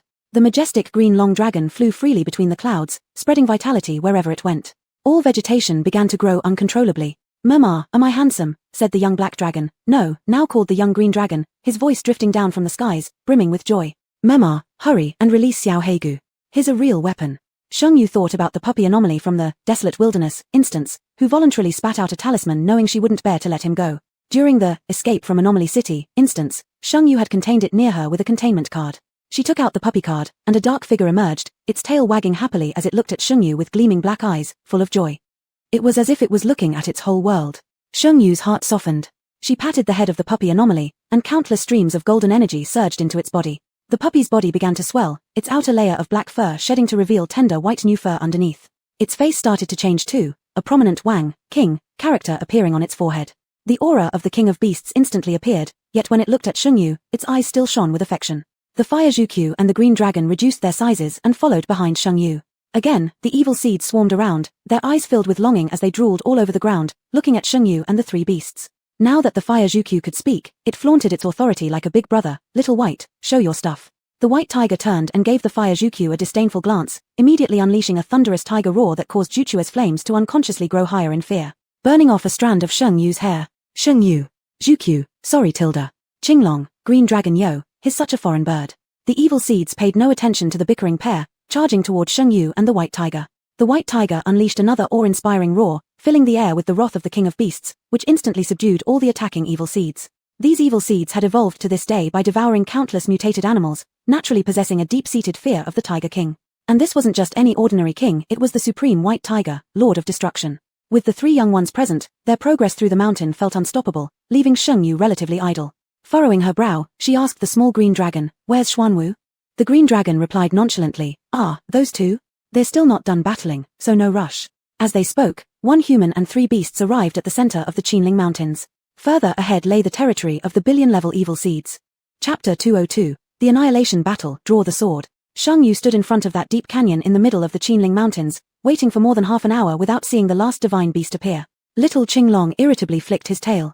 What a waste! His tail swept through the air, tearing open a fissure, and then two familiar little figures tumbled out from the crack. One had most of its scales plucked off, while the other only had 2 wrist feet left, its body covered in bloody wounds. Shengyu. As soon as little BA saw Shengyu, his 2 wrist feet twisted pitifully like a braid, tearfully lodging complaints. "Sister, it hurts so much. That dog took all my tentacles, biting them off wasn't enough. He ate all by himself and didn't leave anything for you to make octopus balls." Shengyu paused. Unnecessary. But looking at the pitiful state of little BA, Shengyu felt some sympathy. Yuxing figured out Shengyu's expression and screamed angrily, "You actually feel sorry for him? Look at me. Losing his tentacles is nothing compared to losing scales." Shengyu said, "How about you two go back and keep fighting?" Upon hearing this, these 2 little ones showed the first ever unified expression, shock. Little BA, "Sister, you're so heartless." Yuxing, "The fiercest hearts belong to women." It's true indeed. The Baihu was agitated with breath. Little Qinglong also showed impatience. These 3 already evolved divine beasts sensed a threat deep in the Qinling Mountains, as if they encountered some kind of natural predator. Little Qinglong impatiently said, "If the 2 of them combine, there's a chance to evolve into the Xuanwu." Shengyu checked, and it truly seemed right. Xuanwu's body resembles a tortoise, its form resembling a snake. Yuxing was originally a snake-shaped whale. Little BA's head looked quite like a turtle shell. Shengyu halted her fusion talent progress and threw the 2 creatures into the fusion talent, reducing cooldown time for the crystal core. A few seconds later, a strange fusion body appeared before Shengyu. Subsequently, Shengyu mobilized all her water element abilities and infused them into the fusion body. Not long after, a majestic Xuanwu holy beast appeared on the peak of the Qinling Mountains. Clouds gathered and dispersed in the sky. All 4 sacred beasts gathered together. Suddenly, Shengyu felt something in the depths of the Qinling Mountain void breaking through. At the same time, all the wicked seeds within the whole scenario felt the call from deep within the Qinling Mountains, and they surged towards it en masse. Shengyu sat atop Baihu's back as Baihu leapt powerfully and landed on the opposite bank of the ravine. Soon, the first billion-grade vicious seed appeared before Shengyu. It was unlike what she had imagined. This billion-grade vicious seed looked human. Its skin presented a suffocating dark green oil-like color, completely naked, and entirely shameless. Billions of years, finally, someone has found here. The billion-level evil seed stretched out its arms embracing the heavens, seemingly grateful that Shengyu had been sent by the gods. The pale green eyes measured Shengyu, speaking in a condescending tone, "You seem different from other humans. I allow you to join our exile tribe and become one of us. You will possess the noble skin color as ours." Shengyu blinked innocently out of habit, giving the impression that she had no attacking power. While nibbling on an apple to restore her spiritual energy, she spoke softly, "You must not be a good negotiator." "Billion evil seed? Shengyu explained, "We humans take white as beauty, preferring whiteness, youth, and slimness. Someone who pretends to have a green complexion like you is not really my type. If you want to conquer humanity, I suggest you transform into the looks most favored by humans, lowering their guard, which can help you achieve victory over humanity." The billion evil seed stroked its chin in thought, then suddenly changed its gaze. "You are human, why are you telling me about humanity's weakness?" Shengyu, with an innocuous yet serious tone, said, "I swear by the true god of the exile tribe that I do not intend to deceive the tribe. Humans are too weak. Telling you their weaknesses can also be regarded as a sign of my sincerity towards the exile tribe. The billion evil seed gradually revealed an intelligent look, then its entire skin lost its green hue and transformed into a pure white like clouds. Sheng Yu continued, also, your strength, your power is too overwhelming, it would scare humans away. Suggest that you disperse 70% of your power, the remaining 30% should suffice to handle humans. The evil seed hesitated, still somewhat skeptical. Sheng Yu's face remained resolute, just like someone ready to join a cause. Rest assured, people with such insight and brilliance as me are rare on Earth. Sheng Yu's sense of conviction has always been strong, so much so that one of her former leaders once joked that it's good she was born in modern times. If she were born in the Qin dynasty, she would surely be Zhao Gao's most obedient lackey. Not only could Sheng Yu convince someone that a deer is a horse, she could also give you a compelling argument about whether the horse was a heavenly white horse or a dragon horse. Under the strong implication of Sheng Yu's unwavering belief, the billion evil seed decided to trust this extremely sincere human. As they watched, the entire body of the evil seed shed its oily green color, transforming into a snow-white hue like clouds. The white evil seed began to disperse its strength, though it stopped after dissipating just a small part. Then, 2 green tentacles grew on the head of the evil seed and started quivering. In Sheng Yu's mental web, she saw the evil seed transmitting the news it had obtained to all the other evil seeds in the scenario. Sheng Yu's mental power had fully regenerated, and she used 2 attribute cards of her choice, directly boosting her mental value to 100. Her eyes turned crimson again. This startled the evil seed that was busy passing on information. Sheng Yu quickly explained, I'm getting excited, joining the Great Exile tribe makes me feel incredibly honored. The billion evil seed was extremely satisfied. This was truly the cutest earth creature they had encountered in their billions of years of hiding on Earth. No, this time, they must dye this earthling with excrement yellow skin, the color of their exile tribe's distinguished warriors. And thus, across the scenario, the evil seeds that were fighting against psychics suddenly executed a tactical retreat. The psychics, Before the psychics could figure out what was going on, the originally disgusting evil seeds suddenly turned completely white, and some even appeared weaker in power. The transformed evil seeds posed in what they thought were alluring positions in front of the psychics. Their plan was to lower the humans' guard and, when the moment was right, bite their necks off. But as the psychics were still bewildered, they once again felt that all-seeing gaze. Suddenly, a clear and soft voice echoed in their ears, the evil seeds are trying to lower your guard for an ambush, now's the time, counterattack. Almost simultaneously, all the psychics reacted as if following a deity's command. They had prayed countless times for salvation, for humanity, for Earth. Finally, their prayers were answered by the gods. The instant Sheng Yu's voice faded, countless psychics ignored their wounds and whether their powers had reached their limits. Faced with the strange-looking evil seeds, they unleashed every ounce of their abilities. This was the moment they would draw their sword. Chapter 203, The Annihilation Battle, gained 90 points of goodwill from the king-level oddity. The Exile tribe can be considered one of the earliest life forms in the universe. They could survive on any planet, no matter how harsh the environment, and would deplete the resources of the planets they inhabited. As the universe evolved and more life forms emerged, other beings began to reject this unregulated group of life forms.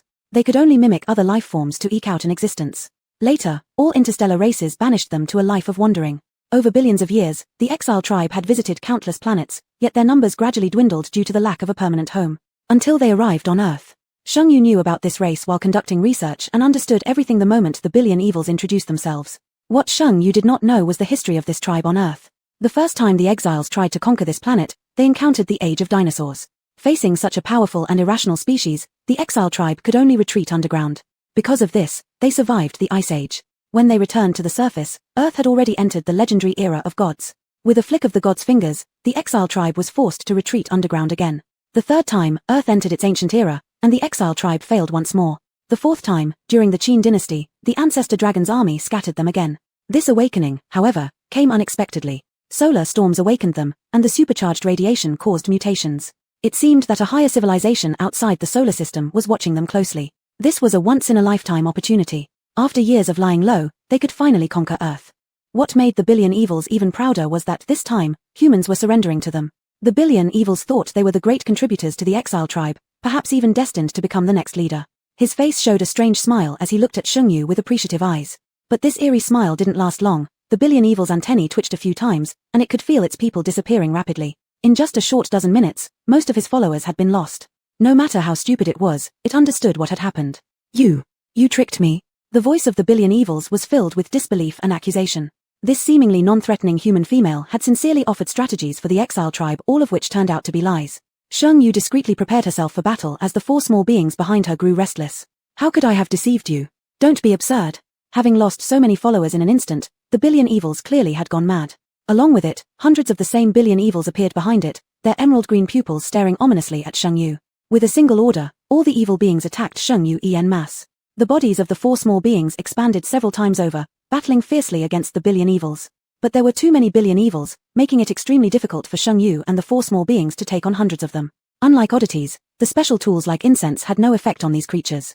Sheng Yu kept throwing her S-rank attack cards, but the real sword in her hand was being corroded by the acid secreted by the billion evils, reducing its durability. Sensing that Sheng Yu might be in danger, Shang Guanyi appeared uninvited, clad in red attire beside her. Quickly reacting, he blocked an attack from the billion evils.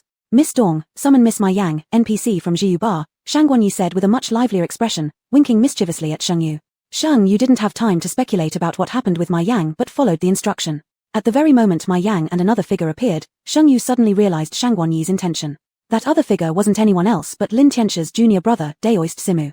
Simu Daoist grinned at Sheng Yu. "Boss, I'll help you call some reinforcements, and don't forget to give me a discount when we drink later." As he spoke, the yellow talismans in Simu Daoist's hands ignited. In the distance, a golden array pattern emerged on an empty plot of land. Lin Tianxia soon reappeared with a darkened face after just parting ways. Behind Lin Tianxia stood someone else, his eldest master brother, the Thunder Lightning Wizard King Shijian. Lin Zhangying was a legitimate descendant of Mount Marushan, whereas the Thunder Lightning Wizard King practiced a form of dark sorcery. For Simu Daoist to summon the Thunder Lightning Wizard King explained why Lin Tianxia had such an unpleasant look on his face. The energy emitted by the Thunder Lightning Wizard King surpassed even Shang Guanyi's. Shang Yu was slightly startled. This Thunder Lightning Wizard King turned out to be a king-level oddity. With abundant pressure around him, a single wave of his hand summoned countless oddities, along with a swarm of zombies that rushed madly towards the billion evils to bite and claw. "You're Sheng Xinyu? Those special props from the Guila company, they were all made by you?" The Lightning Wizard King said arrogantly, his eyes looking at Sheng Yu with a gaze that wasn't very friendly.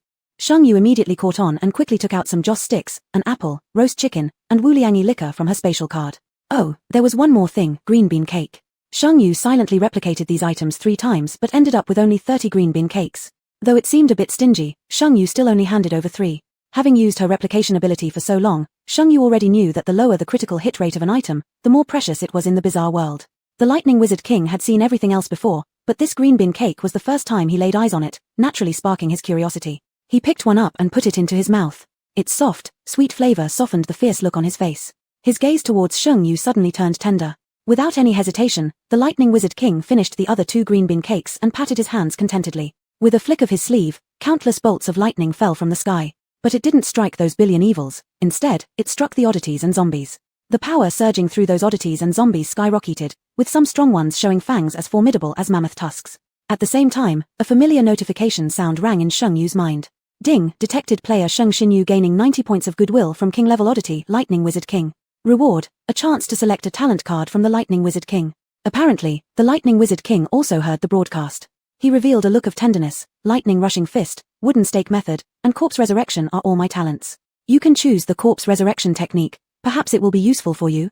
Hearing the Lightning Wizard King speak so kindly, Lin Tianxia's peachwood sword tilted, directly piercing into a billion evil's eye. Incredulously turning his face, he saw a sight he'd never forget in his entire life. That hypocritical, cruel, stingy, and venomous elder brother of his actually had such a kind-hearted side.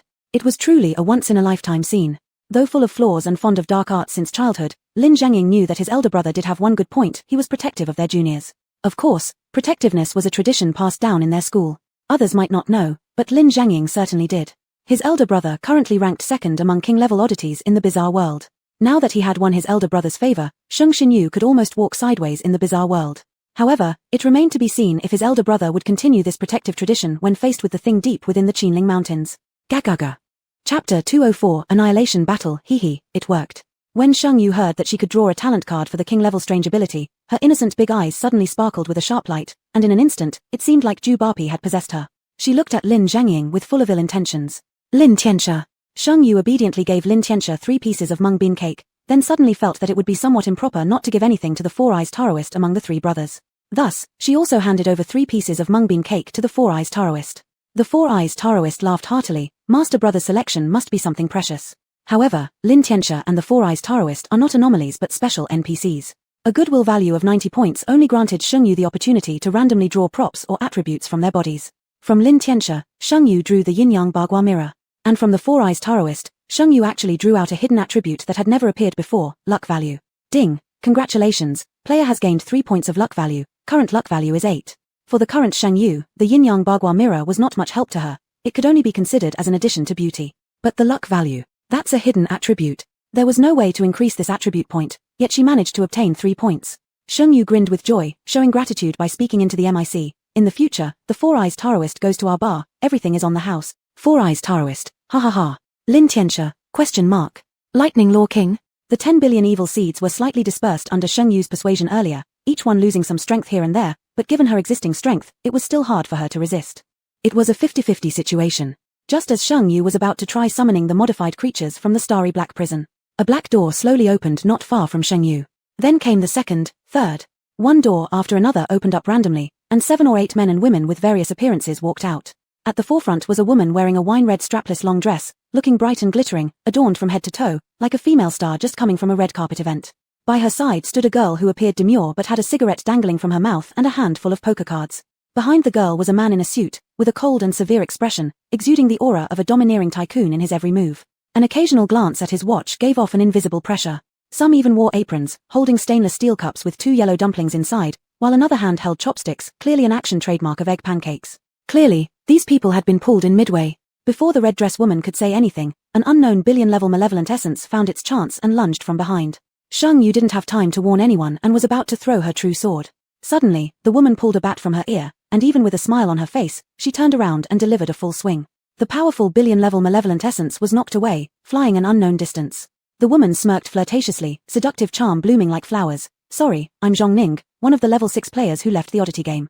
While Zhongning explained, the people behind her exchanged a meaningful look and all took out a variety of weapons, walking towards these essences somewhat absent-mindedly. Soon after, the scene turned somewhat bloody.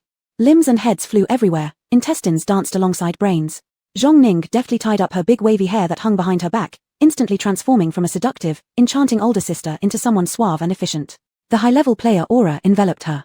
While swinging the bat, Zhongning said, "We're all level 6 players. We went through hell and barely escaped from the oddity game to retire, and now some lunatic connects our world in again.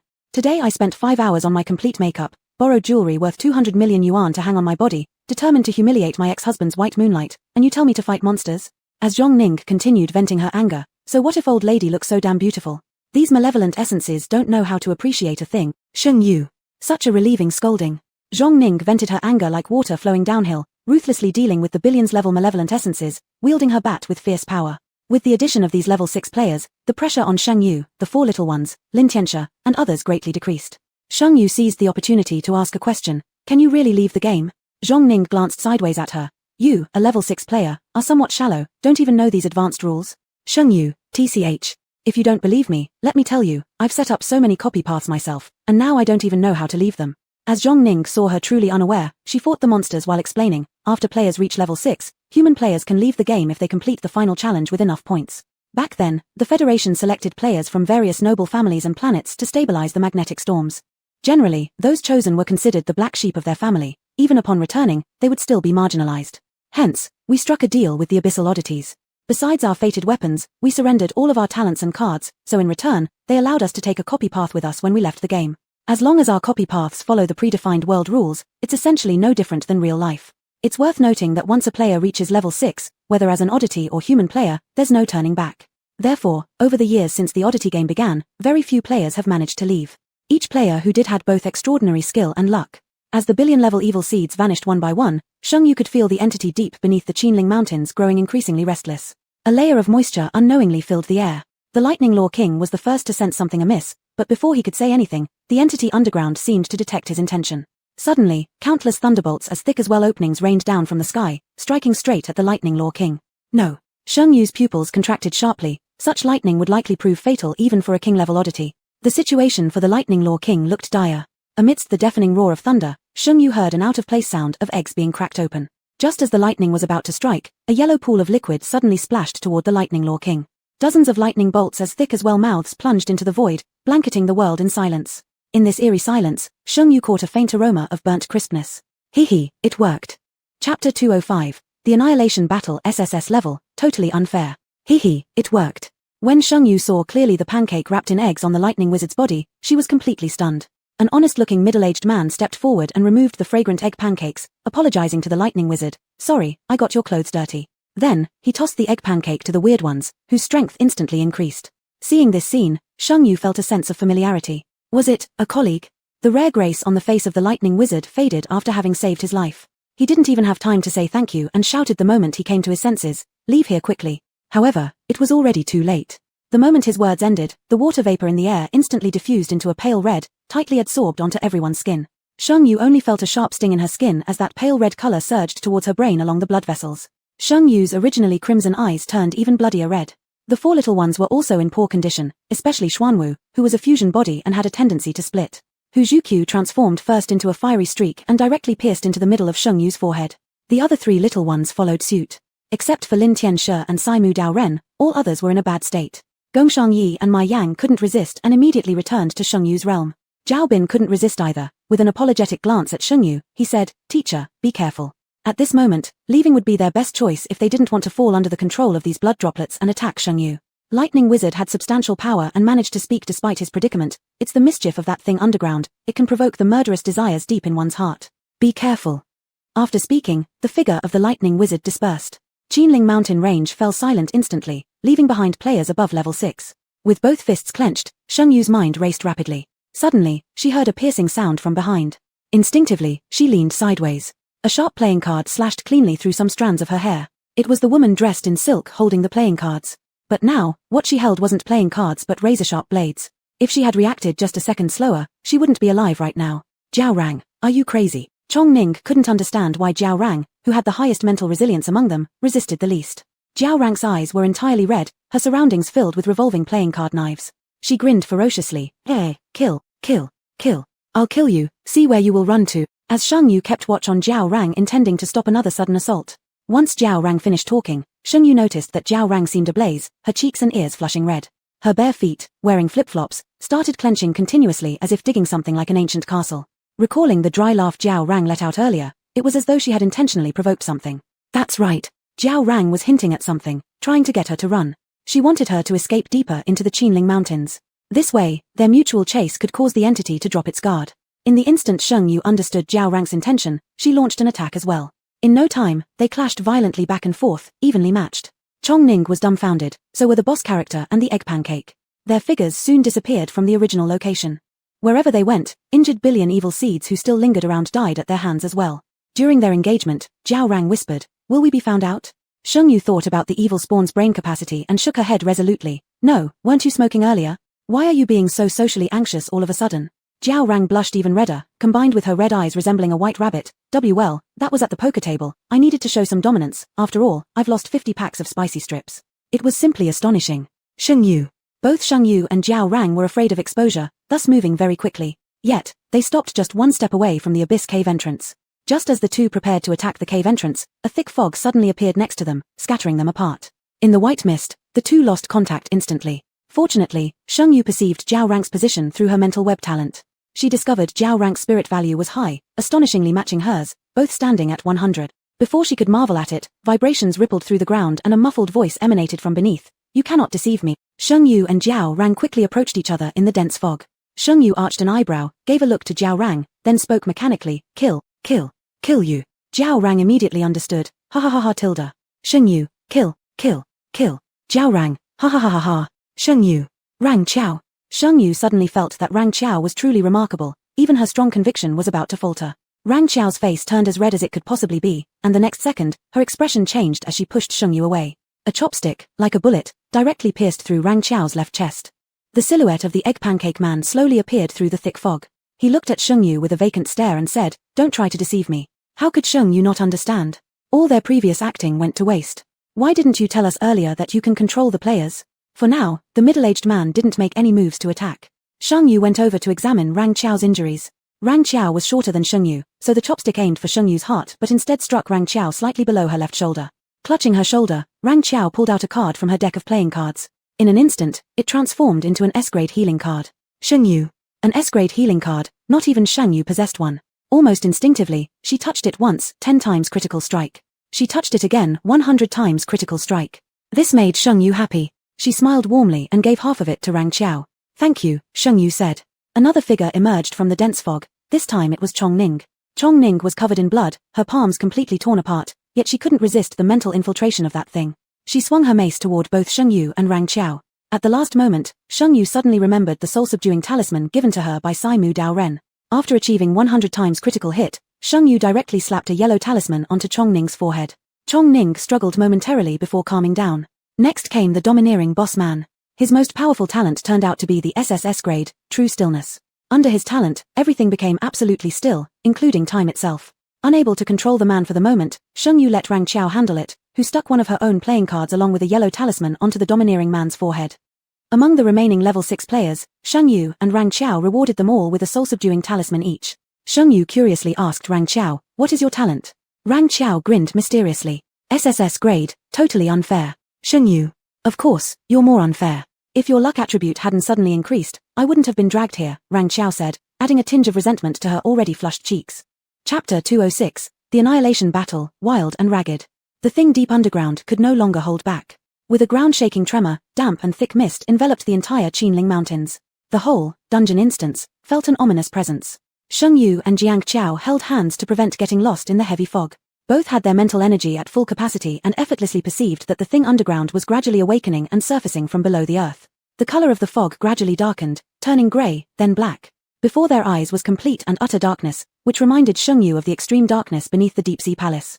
Just as she was about to do something, her hand was suddenly let go by Jiang Qiao.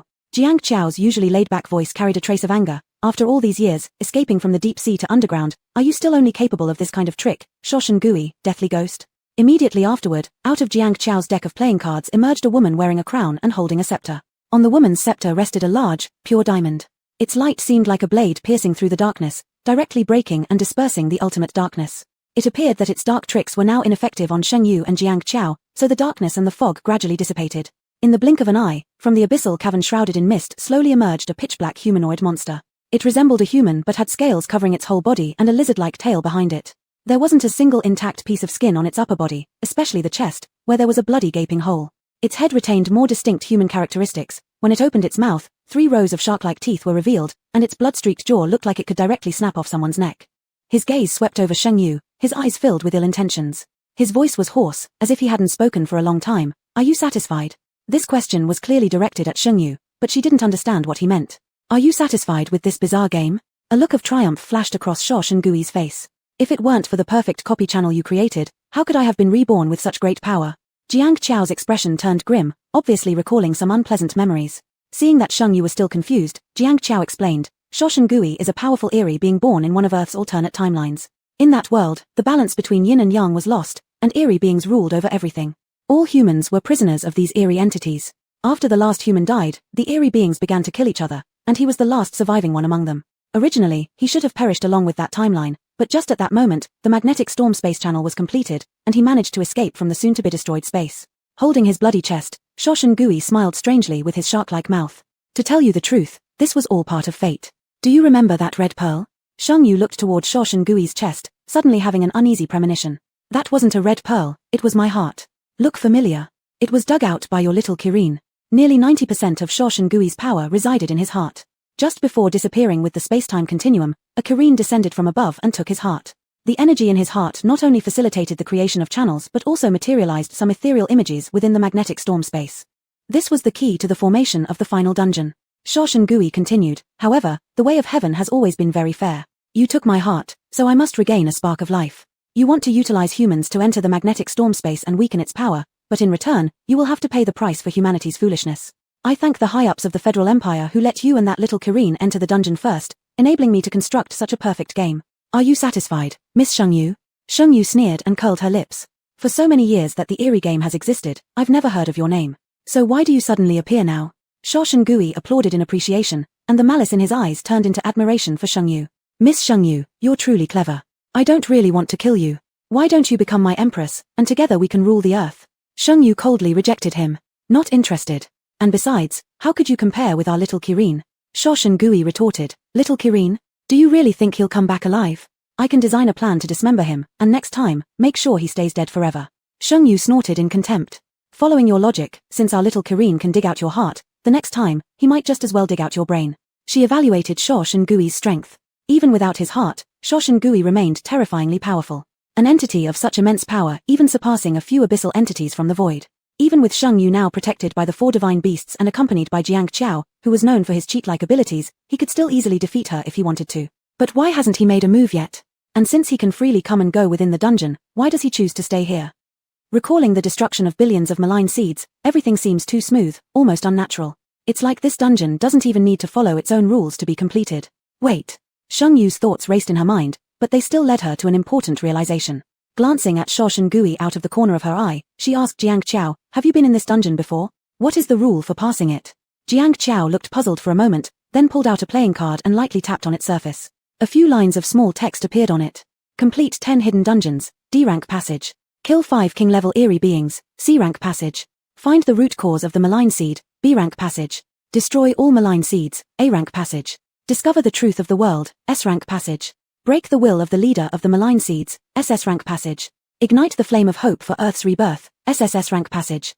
This was the first time Sheng Yu had seen such a comprehensive list of passage rules, and for a moment, she looked at Jiang Qiao with a hint of jealousy. They always said she was the favored child of the eerie game, but clearly, it's Jiang Qiao who fits that description. Jiang Qiao scratched his head. Well, this is just my talent, you know. Things not following the rules are normal for me. Sheng Yu.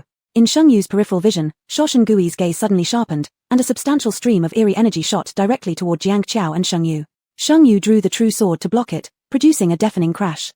The durability of the true sword dropped another 10%. Blood welled up in Sheng Yu's throat, and she spat it out, her crimson eyes making her appear both wild and ragged. Sho Shengui seemed pleased with the force of his attack as he challenged Jiang Qiao. "Can you protect your friend this time, Jiang Qiao?" Chapter 207, The Annihilation Battle. Don't you really think so? Sheng Yu supported herself with her sword and stood up. Since the moment when Jiao broke through the darkness, she had already known that Jiao and this Shogod Gui were not encountering each other for the first time. Judging from the current situation, it seemed Jiao had suffered quite a bit in their previous encounter. Sheng Yu silently grasped Jiao's hand and stared at the oily green eyes of the Shogod Gui, saying word by word, "You just said you wanted me to rule the earth with you." Shogod Gui arrogantly responded, "Have you changed your mind?" "It's too late." Before he could finish his sentence, Sheng Yu spoke again. "Then who will complete the SSS grade passage? Where is the spark of hope supposed to be ignited?" A trace of astonishment flashed in the eyes of Shogod Gui, seemingly unexpected that Sheng Yu had thought so far. He feigned a sigh. "Since you have guessed it, I can't let you live anymore. There's a human saying, the villain dies because they talk too much, but I don't believe in this nonsense. So I will tell you my entire plan. Just thinking about how you know everything yet can do nothing fills me with joy, just like when Jiao's good friend died before her eyes. That kind of despair was so moving. Desperate humans, the most delicious." Sheng Yu smirked faintly. She had pondered over it and originally thought it would be the leader of the evil species who hadn't appeared yet. But she never expected it to be the player. When she heard that name, Sheng Yu only had a hint of surprise. After all, Zhu Fan has always been someone without principles. As for the spark of hope, it is the method to make Earth reborn. It is a research institution hidden deep underground by humans. Previously where Shogod Gui resided was also an underground laboratory. In the lab, humans developed a way to resist solar storms. Once satellites carrying energy waves resistant to solar storms are successfully launched, the first step of Earth's rebirth will be completed. If Earth can be reborn, then it will completely break away from this bizarre game and become once again a beautiful and lively planet among the stars. Right now, Zhu Fan, along with Fang Jiufeng and Yang Kua, and others, are preparing to launch the satellite underground. The second step for Earth's rebirth is to awaken the consciousness of the evil beings. The way to awaken the evil being's consciousness may be somewhat cruel, but Shogod Gui's excitement made him gesture wildly as he explained, his lizard-like tail flicking constantly. Eliminate the low-level evil beings and cultivate the high-level ones.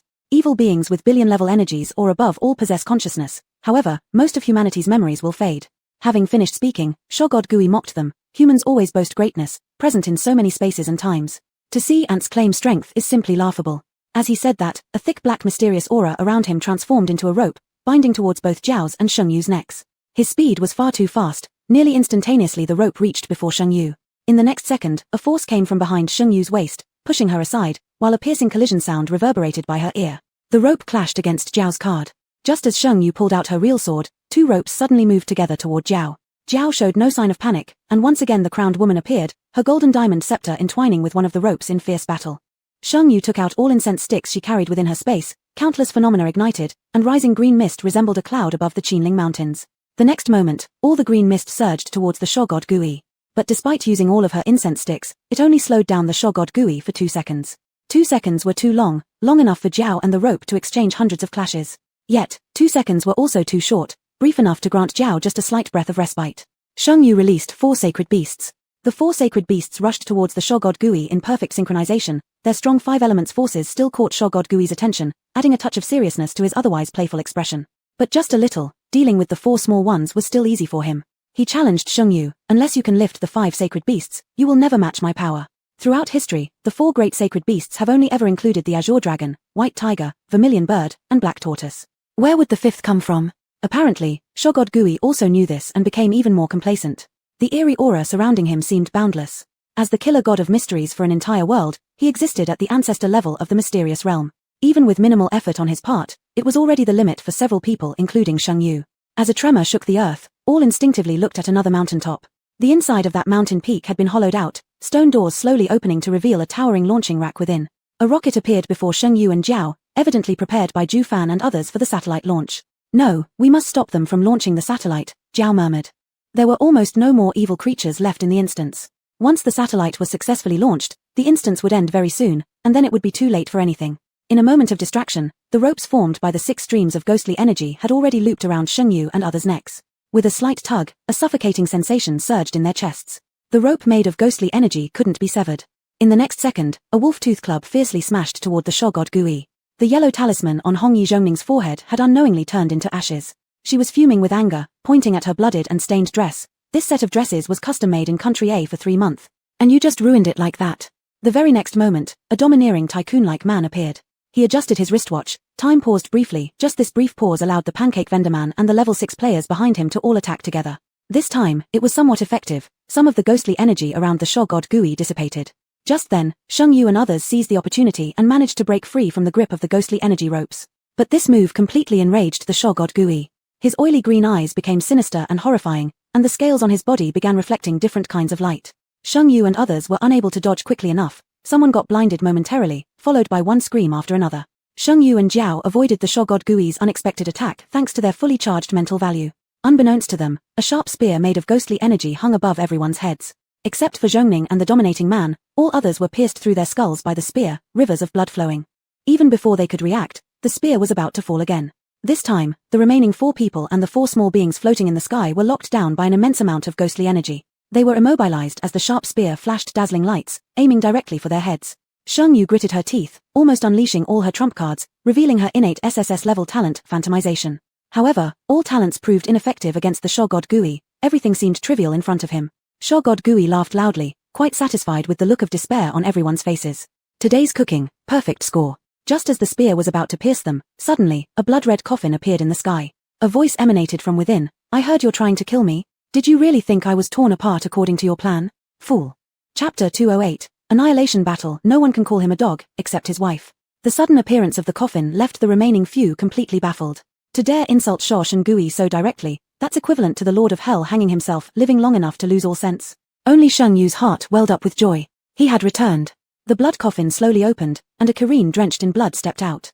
This seemingly insignificant step caused the Qinling Mountains to quake violently. Is this the howling celestial dog? Chong Ning, clutching her chest, couldn't imagine what this pitch-black quadruped beast was. Chu Yunyan. In this world, no one could call him a dog except for his wife. His front paws struck down hard, causing the ground beneath Chong Ning's feet to crack open suddenly. Chong Ning was buried in the soil like a tree falling straight down, leaving only her wide-eyed head exposed above the ground. Meanwhile, Shosh and Gui, hearing Chu Yunyan's voice, first trembled, involuntarily recalling scenes from the past. After humanity in that timeline had died, the entire Earth was plunged into an infinite darkness as if someone had turned off its lights. In the darkness, he continued to enhance his powers, yet the stronger he became, the more fear gripped his heart. It was a fear of destiny. Not until the appearance of the Kareen, carrying the arrogance and nobility of ancient races, did it illuminate his existence hidden in the darkness. Without a word, Shosh and Gui had his own heart forcibly taken out, even finding it despicable. Thinking about this, hatred filled Shosh and Gui as he threw a powerful punch towards the floating Kareen, its force carrying thousands of pounds, slamming powerfully through the air.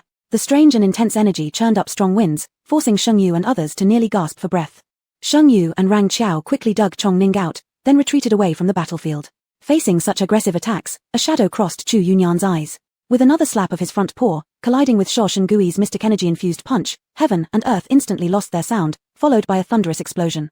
The thousands of miles-long Qinling range was instantly split in half. That just now was Shosh and Gui's full power strike, yet Chu Yunyan managed to withstand it so easily.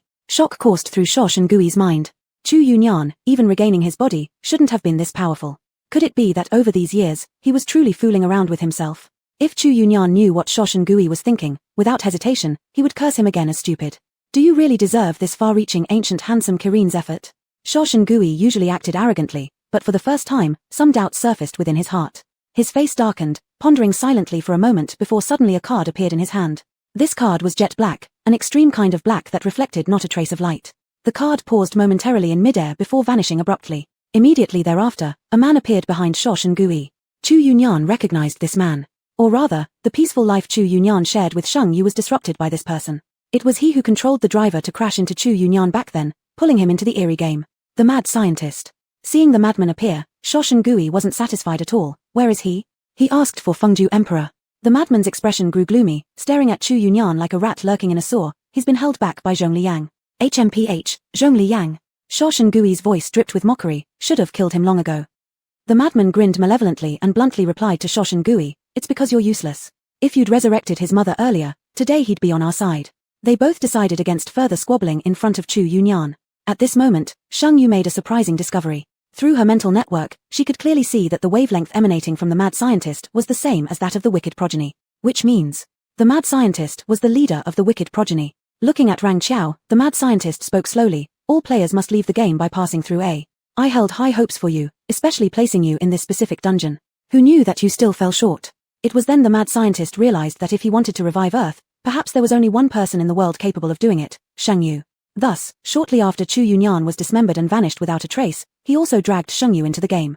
From being a creator transformed into a player, from a bystander to someone caught within the plot. Sheng Yu didn't disappoint the mad scientist. Every time she flawlessly cleared the dungeons, the imprisoned mad scientist would feel an indescribable satisfaction. Rang Qiao's face turned an ashen grey, unable to utter a word. However, her rising chest exposed her anger. The mad scientist continued, his emotions fluctuating unpredictably, now turning almost pleading, Miss Sheng, without you, the magnetic storm would have already destroyed the Federation. You're the one who let humans survive under the Federation. Do us all a favor, revive the human race on Earth. Recalling her first meeting with the mad scientist, Sheng Yu inwardly cursed him insane once again. She spoke slowly, I don't need you to tell me. I will complete this dungeon's mission properly. But do you want to revive humans or the Earth? Or do you wish to enslave the humans of Earth like Shosh and Gui? If they didn't share the same goal, why would Shosh and Gui be with the madman? Upon being exposed, the madman and Shosh and Gui exchanged glances and burst into laughter. Ha ha ha ha, Sheng Yu, you are indeed very smart, but you're still just a player, someone inside the game.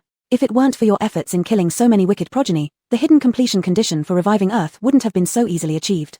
The players who entered the dungeons before had always failed due to the wicked progeny. Yet he, as the leader of the wicked progeny, couldn't do anything about it. Now as long as we can launch the satellite, everything will be over. Shosh and Gui added smugly, do you know what the reward is for completing the task of this 1000-player dungeon? It's godhood, becoming the heart of Earth, this unparalleled existence. Shosh and Gui's expression could be described as manic, while the mad scientist remained much calmer.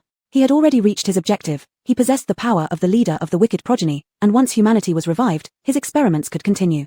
As for becoming a god, controlling Earth and all humanity, he cared nothing for those things. Chu Yunyan and Sheng Yu watched the two perform their act indifferently. By now Chu Yunyan had transformed back into human form, hugging Sheng Yu's arm and whispering loud enough for everyone to hear, since they're speaking so villainously, shouldn't I play the role of the righteous one and try to persuade them to turn away from evil? Sheng Yu. This guy certainly knew how to stir up trouble. Upon hearing this, Rang Qiao quickly took Zhong Ning and the boss away. Rang Qiao made an excuse, I'll go stop the satellite launch. Zhong Ning timidly raised her hand, I'll go too. Both Shosh and Gui and the mad scientist were releasing massive amounts of energy. Shosh and Gui said, after consuming the ancient divine beast Kirin, I wonder if my strength will grow enough to dominate the entire universe. Chu Yunyan sneered, do you think the beings in M78 Nebula only eat vegetables?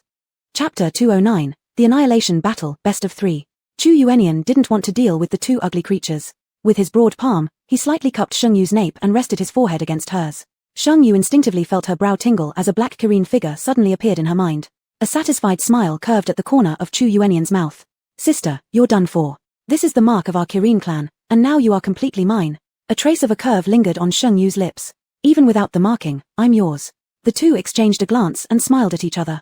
Despite the scene being one of imminent slaughter, someone was shamelessly feeding us some fluff. Fed up with all the dog food shoved into their faces, Shosh and Gui and Fengzi could no longer bear it. Who do they think they are ignoring us like this? This time, the strange aura coalesced around Shosh and Gui's body forming a bow and arrow, with the arrow tip gleaming an alluring red, causing anyone who glanced at it to feel mentally unstable. Chu Yuanian gripped Sheng Yu's hand and whispered, Dear, can you lend me some strength? As he spoke, he lightly tapped his toes on the ground. Sheng Yu instantly understood, her entire earth-based abilities surged towards Chu Yuanian. The four little ones also seemed to have sensed something and emitted the light of their elemental affinities. Before Shosh and Gui could stop them, it was already too late. The sharp, venomous arrow was shot out but was immediately grabbed by Chu Yuanian. With a slight exertion of force, the arrow screamed eerily before turning into a puff of black smoke and disappearing. Fengzi directed 10 billion grade of corrupted seeds to attack, only to be blocked by the 4 small beings. In just 5 minutes, Chu Yuanian's power had grown significantly stronger, and his presence became more enigmatic. Every look in his eyes felt like a gaze that transcended time itself, carrying an endless weight. Yet when he opened his mouth, it was still the familiar voice. You go handle the satellite situation, these 2 ugly ones will be dealt with by me. Sheng Yu nodded slightly, whispering a reminder, if you can't win, run. I've had enough of being a widow. That single sentence caused Chu Yuanian's eyes to moisten slightly. He made a solemn vow, I'll definitely bring you home. Sheng Yu quickly rushed to another hilltop where the satellite launch site was located. The situation here was far worse than what Sheng Yu had imagined. Apart from Zhu Fan and his group of 3 people, there were other players and dozens of king-level anomalies present. A large portion of the king-level anomalies were Zhu Fan's minions, and it wasn't until reinforcements such as Jiao joined that the situation started to improve somewhat.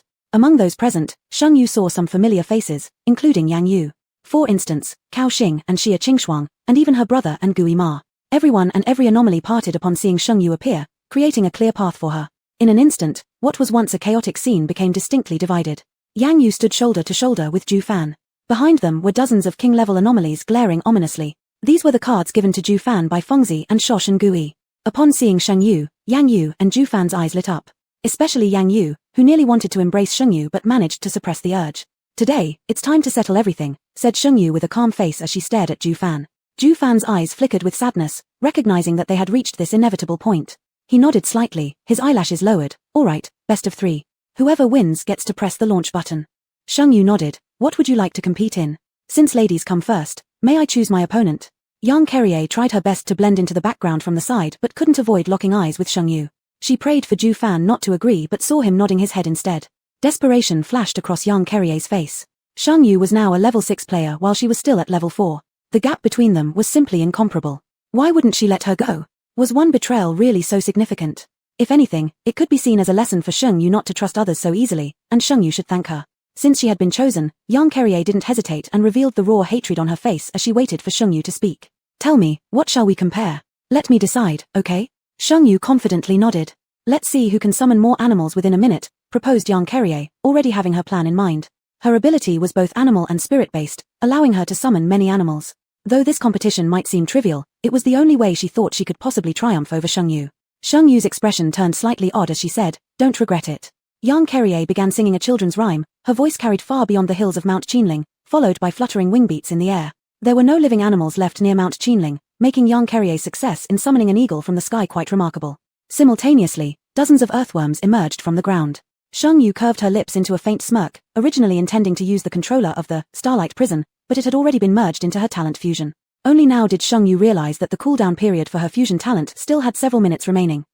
A flicker of joy crossed her mind, and Sheng Yu was very sure that whatever had been fused this time would definitely be precious. She linked up with her domain, the Starlight Lab, and took out the backup remote control in the lab. Instantly, countless malformed monsters appeared and rushed towards Yang Carrier to bite and tear. Yang Carrier hurriedly retreated, her song becoming more urgent, but it had no effect on the monsters summoned by Sheng Yu at all. Very soon, there was only a pool of blood left on the ground. Seeing a trace of unusual movement in the air, a mocking gleam flickered in the corner of Sheng Yu's eye as she spoke into the air, disappear within 10 seconds if you want to live. Whether Yang Carrier lived or died, nobody cared. First round, Sheng Yu wins.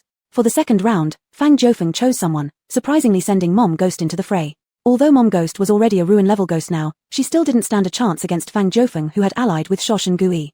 Second round, Fang Jiufeng wins. Third round, Big Brother Ghost vs Zhu Fan. Big Brother Ghost was already a king-level ghost. His explosive buff and disregard for all sorts of rules made Zhu Fan's cards play only half their function. Yet Big Brother Ghost couldn't defeat Zhu Fan immediately either, so the third round ended in a tie. So, there could only be a playoff. Obviously, the king-level ghosts behind Zhu Fan wouldn't agree to it, so a great battle seemed imminent. Finally, Yang Yu stepped forward saying they would decide the outcome in one round. He looked at Sheng Yu, his dark eyes betraying some obvious plan. But he didn't get what he wished for when Jiao stood up instead.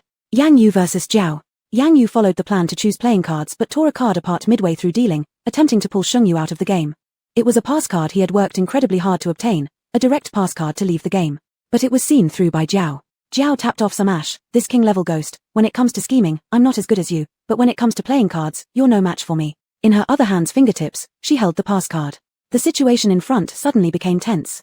The ghostly aura from the king-level ghost behind Zhu Fan already filled the entire space with oppressive energy. Just at this moment, Fang Jiufeng let out a sharp scream. What are you doing? At the launch button, there was a figure standing, giving everyone a faint smile, slowly pressing the floating dust in his hand onto the launch key.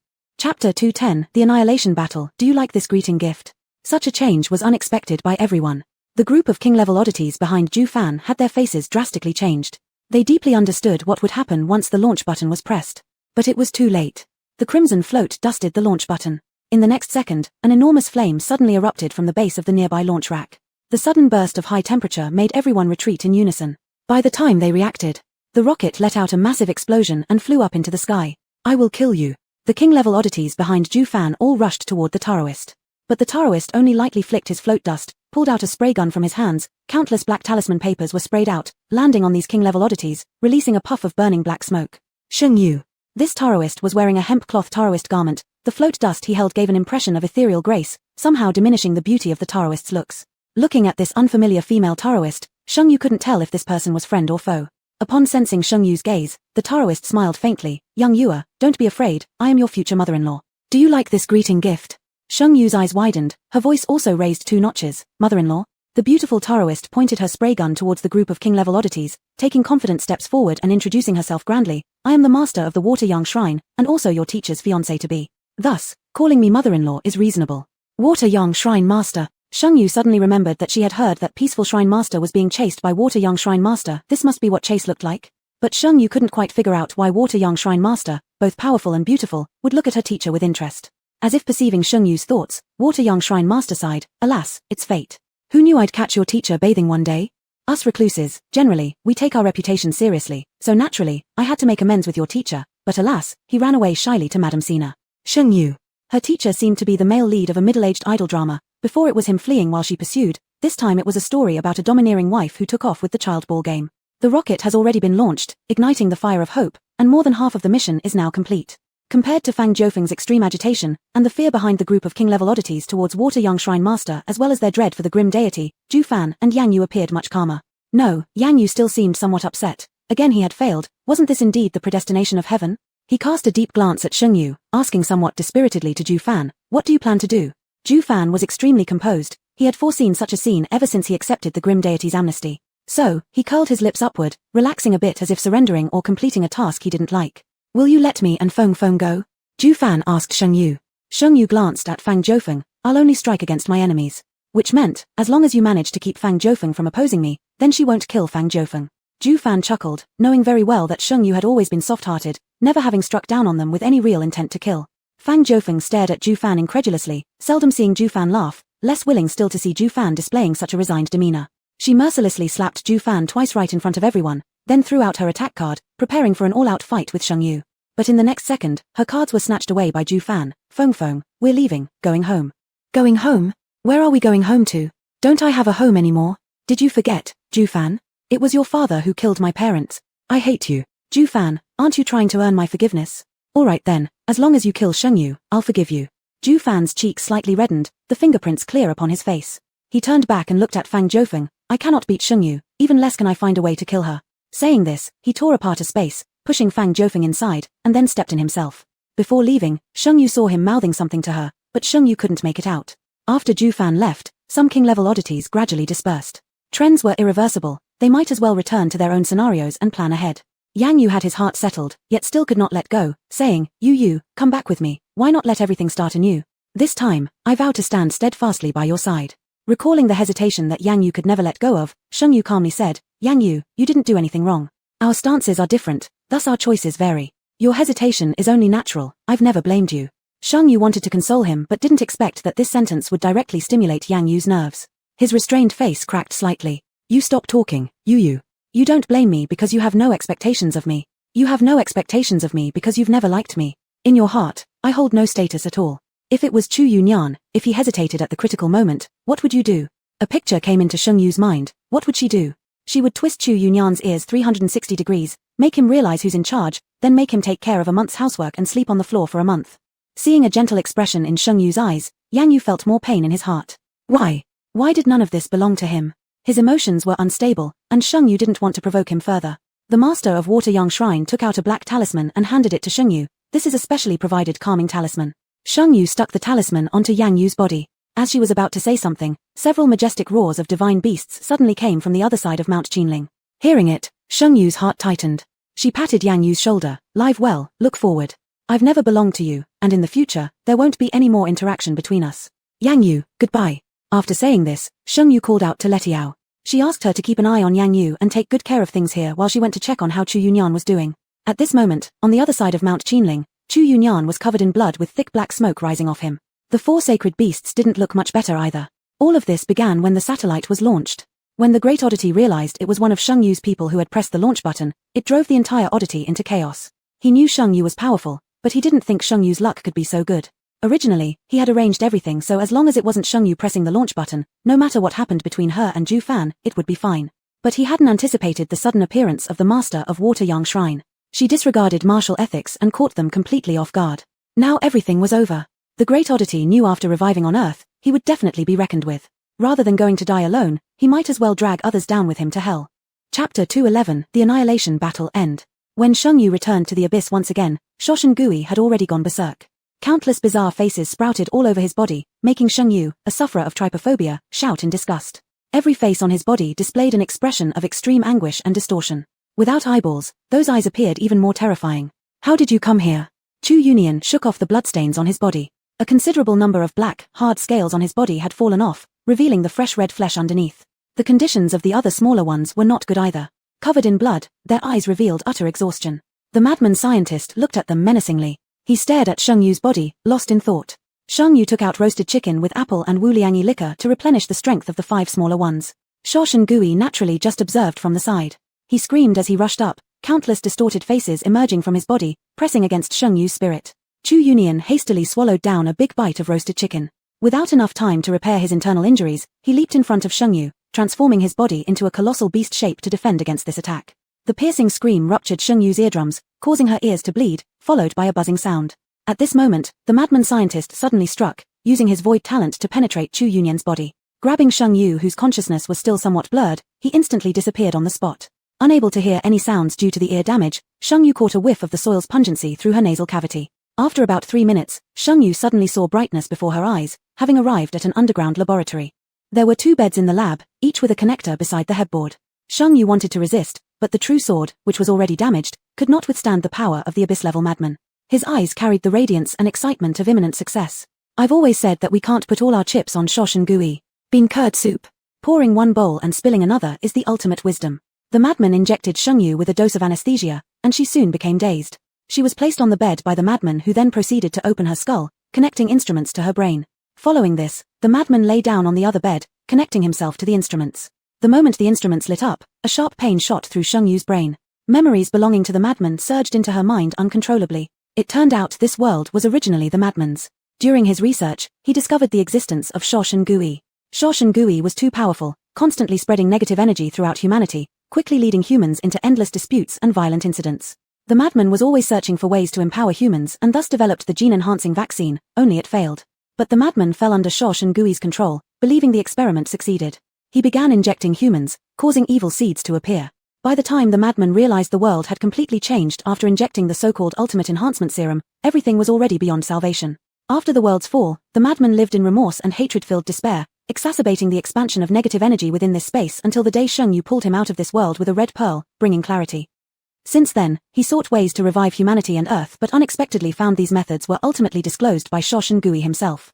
Agreeing to cooperate with Shoshan Gui, he nonetheless recognized Sheng Yu's extraordinary power. Be it constructing channels or conquering trials, the madman knew Sheng Yu was the key figure. Hence, he prepared a contingency plan for himself. Believing he would eventually have a chance to capture Sheng Yu, if he managed to grab her, using the device to switch their memories and souls would allow him to occupy her body, becoming the ultimate victor. Despite all his calculations, there was one crucial factor he overlooked. Sheng Yu was a player with full-level spiritual power. In the struggle of consciousness, he was utterly no match for her. Expelling the madman's consciousness, Sheng Yu slowly got up and used a healing card to mend the wound on her head. Looking at the unconscious madman, Sheng Yu held the red pearl in her hand. Just when they finished fusing talents, no one expected what emerged from the fusion to be the very red pearl that disappeared since Sheng Yu entered the trial. Staring at the red pearl in her hand, Sheng Yu snapped her fingers lightly. Soon, 2 figures appeared behind her. One was Zhongli Yang, and the other was the king of Fengju. Sheng Yu looked at the 2 and remarked sarcastically, "You've watched the show long enough, it's about time you lent a hand." A serene smile appeared on the king of Fengju's face. "At your command, miss." Sheng Yu looked at him and ordered, "Lock the madman away in your hell." Let him stay there for at least 500 years without being able to get out. Is that okay? King of Fengju replied, 500 years, receiving the same treatment as the great sage. That's proof of his competence. With that, the king of Fengju took the madman and disappeared. Zhongli Yang chuckled and asked, are you really going to let him go? With the abilities you gained from completing this scenario, wouldn't it be easy for you to replace the Lord of the Underworld? Sheng Yu lazily waved her hand. No need for that. Moreover, if I were to hold a grudge against him, what about you? I wanted my mother to be revived. He wanted the normal operation of the underworld. Fundamentally, we all used me for our own purposes, which isn't any different. Considering your efforts in maintaining the smooth running of this bizarre game, I'll forgive you for this one thing and show some magnanimity. The mad scientist truly wanted to kill Sheng Yu, Zhongli Yang and Fengju King each had their own intentions. Gongye Ran and Gong Sun Chen acted for the Heavenly Dao. And Sheng Yu's original intention was to resolve the magnet storm crisis in the Federation. Plus, Shoshan Gui perfected the rules from behind, so the strange game was born. Leaving the laboratory, Chu Yunyan's battle with Shoshan Gui was still at an impasse. The four small beings' strength could no longer handle such a fight, they could only anxiously look on helplessly. When Sheng Yu appeared with the red pearl, Shoshan Gui gasped for breath, momentarily distracted and was directly slashed by Chu Yunyan's claws, severing his arm. The dark energy rapidly replenished, and the severed arm quickly healed. Sheng Yu said, do you want to keep fighting? Looking closely, there were uneven patterns on the red pearl, but it did not diminish the pearl's radiant glow or its pure and eerie aura. With the appearance of the red pearl, the four smaller ones behaved like cats sniffing catnip, clustering around and inhaling greedily. Hatred flashed through Shoshan Gui's eyes as he roared, give me back my heart. Sheng Yu responded, the bizarre game has today because of your heart. So, surrender Shoshan Gui, I can give you a chance. At the sound of this, Lin Tianxia appeared behind Sheng Yu. He held a peachwood sword, while Choshing embraced a huge jar, on which red cinnabar talismans were drawn. Shoshan Gui realized Sheng Yu's intent and pointed at the jar. What you call a chance is letting me survive in this jar like a coward. Lin Tianxia explained, inside this jar lies profound freedom. As long as you're in it, I will conduct 81 exorcisms for you, during which you'll absorb 81 full moon's essence, removing the ominous and malevolent energy within you. Then, you'll be able to return to Earth. Chu Yunyan transformed into human form, standing beside Sheng Yu, picking up the red pearl. The implication was clear. Enter the jar, live. Refuse, die. If the red pearl was crushed, Shoshan Gui would die without a doubt. Shoshan Gui laughed maniacally 3 times. Ha ha ha ha. Want to capture me alive? Never. Want me to surrender? Impossible. I am Shoshan Gui, the ruler of all witnesses. In this world, no one can judge me. Congratulations to player Sheng Xinyu for successfully passing the scenario, the Annihilation Battle. Now rating. Player Sheng Xinyu exploration rate is 100%, hidden passage completion, rated SSS. Detection indicates hope kindled by the human faction. Final reward from the bizarre game will now be distributed. The red pearl rose slowly from Sheng Yu's palm. Also, the Wanwu Birth card from her space card, along with incense sticks, apples, roast chicken, Wuliangi liquor, candles, and mung bean cakes fused together in the air, turning into a dazzling light that merged into the earth. Ding Earth timespace reinitialized. Thank you for players Sheng Yu, Chu Yunyan, Jiang Qiao, Fu Shiyang, Corporate Tycoon, etc., for your contributions to the restart of Earth. Now rewards are being distributed. Ding, player Sheng Yu, gains Earth timespace heart, can freely traverse Earth's timespace. Ding, player Chu Yunyan, obtains the power of the Heavenly Dao, guarding the abyss. Ding, player Jiang Qiao, gains access to the multiverse supermarket, allowing entrance into any timespace. Ding, player Fu Shiyang, receives Corporate Tycoon maintenance system, enabling reincarnation into any corporate tycoon. Ding. Ding, thank you, players, for your contributions to the restart of Earth. This system, representing the various deities, thanks you for preserving Earth's flame and conserving universal energy. Once again, thank you all. Wish you a pleasant new life. Jiang Qiao and Fu Shiyang looked at each other blankly. On the side, Chu Yunyan hugged Sheng Yu tightly and burst into thunderous cries. Wah, honey, they are so mean. I've worked so hard, and now they make me slave away watching over the gate. Wah. Sheng Yu patted Chu Yunyan's back. There, I'll always be with you. Chu Yunyan cried until his eyes reddened, and clenching his fists angrily declared, no way, Zhongli Yang and the Emperor of Fengju must also guard the gate, not a single one of them shall escape. Water Young Observer, it's not that interesting anyway, just my history of chasing after him, blushing. He runs, but I always catch him. There was also the award ceremony of the bizarre game, where Qiao and the tycoon, Ling Che, Ju Fanfang Jofeng, Yang Kea. Chapter 212, Warm Home. Ding, detected ultimate copy rewards have been distributed. Please select whether to stay in this timespace or return. At the moment of copy reward distribution, all players received a broadcast simultaneously. Some people were confused. If I stay in this timespace and live, what will be my identity? Someone couldn't help but ask aloud. Live with the player's current identity. It seemed like even the copy after passing had become a bit more humane, answering every question from the players. If the players left the strange game, their existing props and talents could be exchanged for federal currency according to registration. If they chose to stay in the existing timespace, when time retraced to a certain node, she could choose a particular talent as her golden finger advantage. Ling Qiwei had been waiting all along to bid farewell to Sheng Yu. She looked at Sheng Yu walking out of the valley with an eager smile. Sister Sheng, I'm going to stay in the new grudge copy. We'll meet again if destiny allows. After she left, Shangguan Yi came out of the realm, and she too had to leave. Including Mai Yang and others, they all had to return to their own timespace and start living again. The copy timespace restarted, and all timelines began life anew from a certain point. W-level anomalies retained memories of the copy while destruction-level ones only thought they had been reborn. No one remembered the fortune thing regarding the destruction-level anomaly. All Earth's timelines resumed their original course. After sending everyone off, Sheng Yu and Chu Yuanian sat atop the Qinling Mountains watching the sunset. Behind them, the four little ones were causing a ruckus. The world suddenly became beautiful. Sheng Yu felt it was somewhat unreal. Everything before her eyes seemed like a dream. Each world she had visited appeared as scenes from a dream. The horizon's remaining red glow reflected like blood, and Chu Yuanian, holding Sheng Yu's shoulder, surprisingly said, "Wife, I've come up with a permanent solution." Sheng Yu. Chu Yuanian's eyes shone with wisdom. "We can have a child and let him inherit the family business. How does that sound?" Sheng Yu grabbed a certain person's ear. "What if we have a daughter?" A small, white-skinned girl calling herself Dad suddenly flashed through Chu Yuanian's mind, softening his heart. Forget letting the daughter guard the abyss. Even if it's for the daughter to make him clean toilets, he would do it without hesitation. In the end, the plan failed. Chu Yuanian felt a bit disheartened, but in the next second, he became full of vigor, clenched his fist solemnly promising, "Then we'll keep trying until we have a son." This was greeted with another loving punch in the nose. Sheng Yu didn't want to deal with this man anymore. She still had things to do. Now that this timespace was the main spacetime of Earth, it needed to be improved soon to align with the interstellar timespace. Sheng Yu wore a red pearl hanging from her chest. Or rather, the heart of the evil god, which Chu Yuanian just couldn't stand looking at no matter how many times he saw it. He wasn't connected heart to heart with his wife like that. Feeling irritated, maybe go over to Daoist Lin's place and beat up the damn dog. The reconstruction of the main Earth timespace went smoother than expected. The biggest contributor was Jiao Ran. Her multiverse supermarket system linked Earth's main timespace with other already restarted timelines, acquiring materials from various timelines. At the time, Jiao Ran moved a small stool, sat by her supermarket door, her left hand holding poker cards, her right hand holding a cigarette, her black long hair tied back with a hairpin. She carried herself neatly with a carefree air. Jiao Ran opened a small supermarket after leaving the strange game, playing cards with the neighbors on either side, selling water every day, living leisurely and freely. When the strange game rewarded her with the multiverse supermarket system, she felt even better. Now her little grocery store was truly a comprehensive department store. Only if you couldn't think of it, there wouldn't be something that the store doesn't have. The three major bases in the main timeline have disappeared, and all humanity has once again stepped onto the vast land.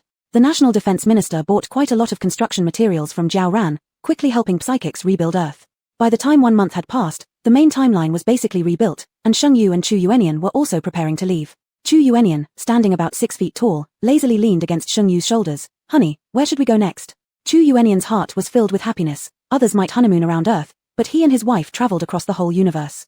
Whoever's wife is so capable. Me. Depend on your charm at home, and rely on your wife outside. This is probably the pinnacle for a man. At this moment, Fu Shiyang, full of the domineering CEO aura, walked by. He had now become the richest person in the main timespace.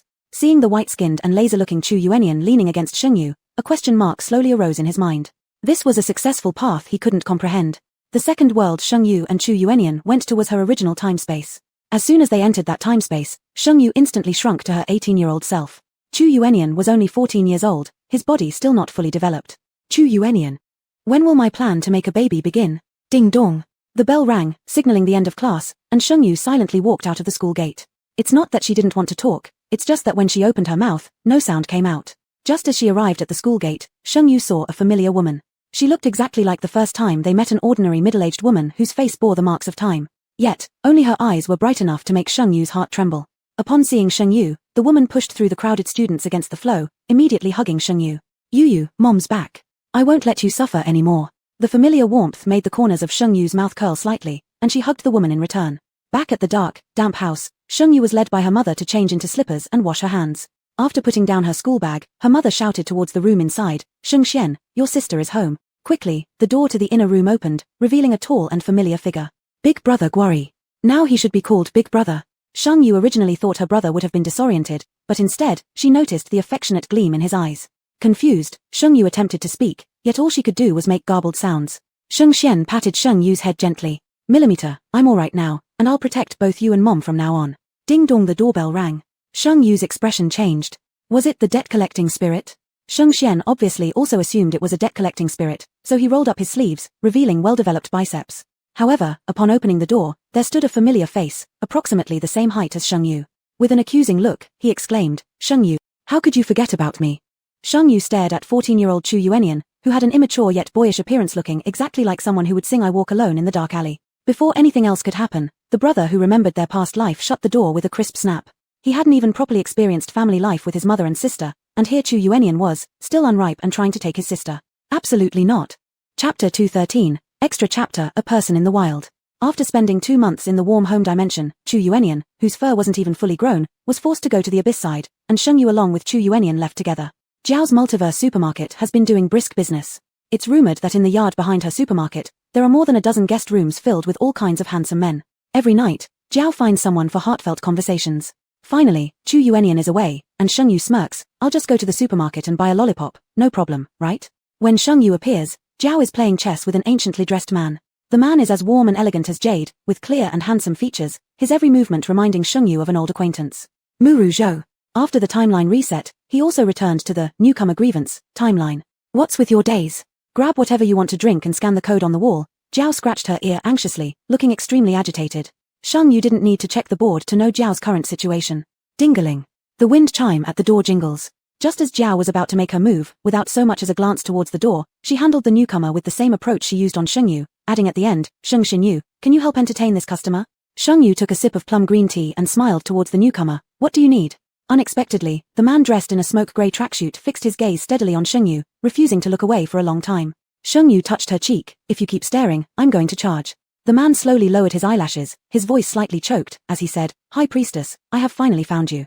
Just that one sentence caused Sheng Yu to freeze. "You are." The man was tall, with slightly dark skin. The young man in his 20s seemed somewhat awkward in front of Sheng Yu, his hope-filled eyes as if wanting to sprout wings and fly out. "Are you Long Qiuzhou?" Sheng Yu couldn't believe it. Long Qiuzhou had already grown up to be this big. The little kid who used to wear diapers has now grown into a young man in his 20s, and Sheng Yu felt a strange sensation in her heart. How to say it? Time truly makes people age. "How did you get here? What do you want to buy?" "As your sister, I'll give you a discount." Jiao raised her head indifferently. "Just give him the store." "Sheng Yu, did you hear that? Sister Qiao has gifted the supermarket to you. Don't forget to say thank you." Such teasing words didn't make Long Qiuzhou smile. He bitterly revealed his purpose. "Sister, I've come to buy some advanced weapons and food." Sheng Yu's expression paused momentarily. "What happened? What went wrong in your world?" Long Qiuzhou sighed deeply and recounted the story after Sheng Yu left his timeline. It turns out that after all the timelines were restarted, the "No One in the Wilderness" still continued developing according to the previous timeline, without any changes. And as early as 5 years before in that timeline, the previous Longya tribe split into 2 tribes. One of the tribes was led by Longi, who still wanted to survive off the treasure chests, unwilling to work. While Long Qiuzhou's tribe clearly wanted to live by farming, the 2 tribes had always argued over this. But the number of treasure chests on the grassland kept decreasing, like the legendary treasure chests that require overcoming numerous obstacles to obtain. The effort put in and the returns received were nowhere near proportional. Thus, the people of Longi tribe had no choice but to lower their heads and return to farming. But after their land was abandoned, it was handed over to those willing to farm. When the Longi tribe came back, they wanted their lands returned, and even wanted others' hard-earned grain. Neither side was willing to compromise, and eventually someone from the Longi tribe set fire to the land in the wilderness. Now everyone has no food. Long Qiuzhou knows, there is no way this matter will resolve peacefully anymore. By chance, he entered this multiverse supermarket, intending to purchase weapons, planning to defeat the Longi tribe and drive them away, thus enabling more people to live peaceful lives.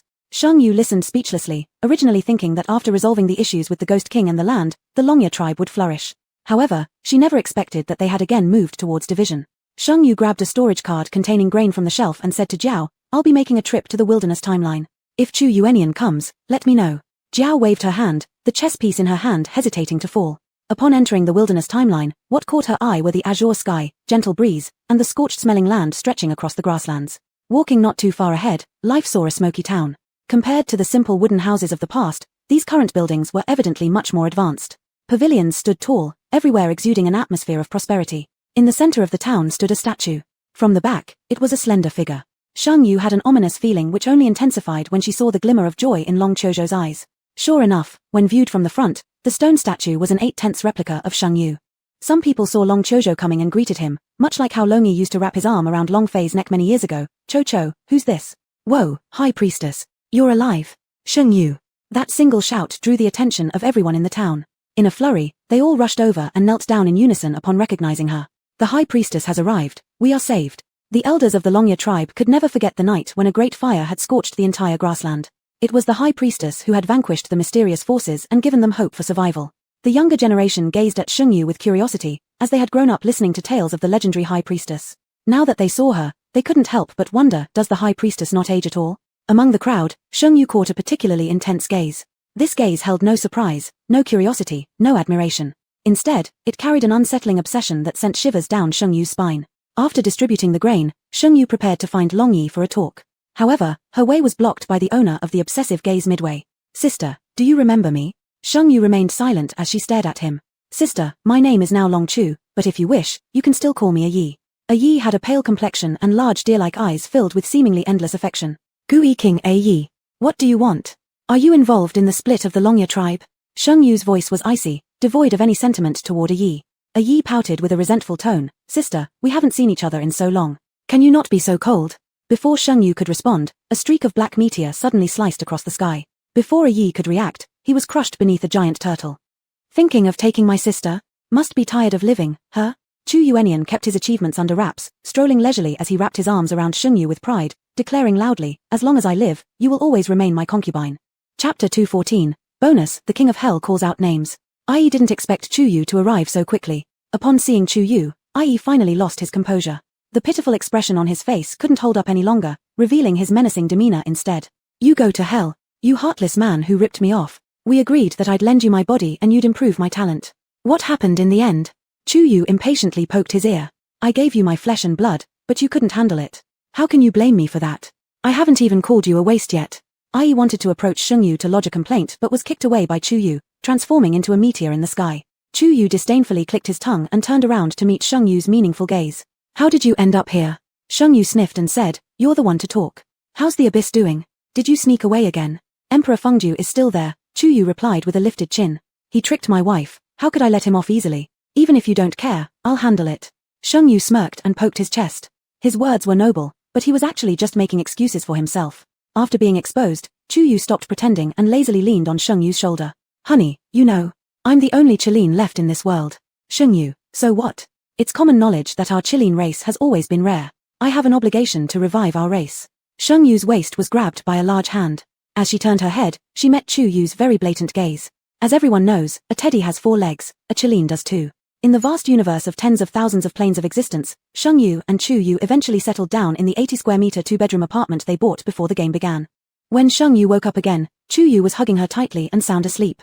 Recalling the fervor of last night and the unreasonable demands of the man, then looking at the peaceful expression on his sleeping face, anger bubbled up in Shengyu. Despite the weakness in her legs, Shengyu still managed to kick him, only to be caught by the man, who pressed her beneath him once more and went back to sleep deeply. By the time Chu Yu woke up again, Shengyu had already disappeared. On the bedside table lay a note. Go to the abyss, don't want to see you for half a month. Chu Yu. Damn, his wife was annoyed with him now. It hadn't been long, they had just been married for a year, and they were already experiencing the 7-year itch. He perceived where Shengyu was. Shengyu was at Lethe supermarket. It seemed like everyone had started a new life, so Shengyu didn't really want to bother them. The place she visited most often was Lethe's interdimensional supermarket. What kind of ridiculous supermarket was that anyway? It was more like an interdimensional brothel, filled with men posturing alluringly. Just as Chu Yu arrived at the interdimensional supermarket, he saw Shengyu sitting in front of a chessboard, exchanging moves with an extremely elegant and handsome man. They would take turns making their moves and occasionally exchange a harmonious smile. Chu Yu. There's definitely a new dog outside, isn't there? With the last chess piece placed, Shengyu looked up with a gentle smile and said, thanks for letting me win. The man smiled kindly. I thought Miss Cheng and Miss Sheng were friends, and assumed your chess skills might resemble somewhat. Looks like I underestimated you. Lethe interrupted, not exactly, what do you mean? Before they could say much more, another man appeared at the entrance of the interdimensional supermarket. The man wore gold-rimmed glasses, featured handsome features, and radiated an elegant aura. He held a book in his hand, wearing a light blue striped shirt paired with trousers, resembling a college professor. Gentle and erudite. Lethe's glasses brightened upon noticing him. Sir, are you here for accommodation or lodging? The greatest benefit of the interdimensional supermarket to Lethe was the ability to collect hot guys. The man glanced unconsciously over Lethe's shoulder towards Shengyu. The shop's lighting made Shengyu's face appear pure and clean, like a lotus flower after a summer rain. Even though it wasn't their first meeting, his chest inexplicably thudded. He revealed a similar gentle smile as the chess-playing man and said, May I stay? But I don't have any money. Money? No need, no need. Our interdimensional supermarket isn't short of funds. We just want to provide a home for every handsome guy stranded out there. The man responded modestly, thank you. If needed, you may call upon me for help. Lethi's eyes sparkled. Can you scrub backs too? The man instinctively looked toward Shengyu, noticing her propping her chin with her hand and watching him intently. The mischievous gleam in her eyes made him feel momentarily exposed. Yang Wang, king of hell, subtly stepped back and said to Lethi, perhaps I can offer another skill expert assassination. Lethi. Sounds dangerous, but I like it. Shengyu.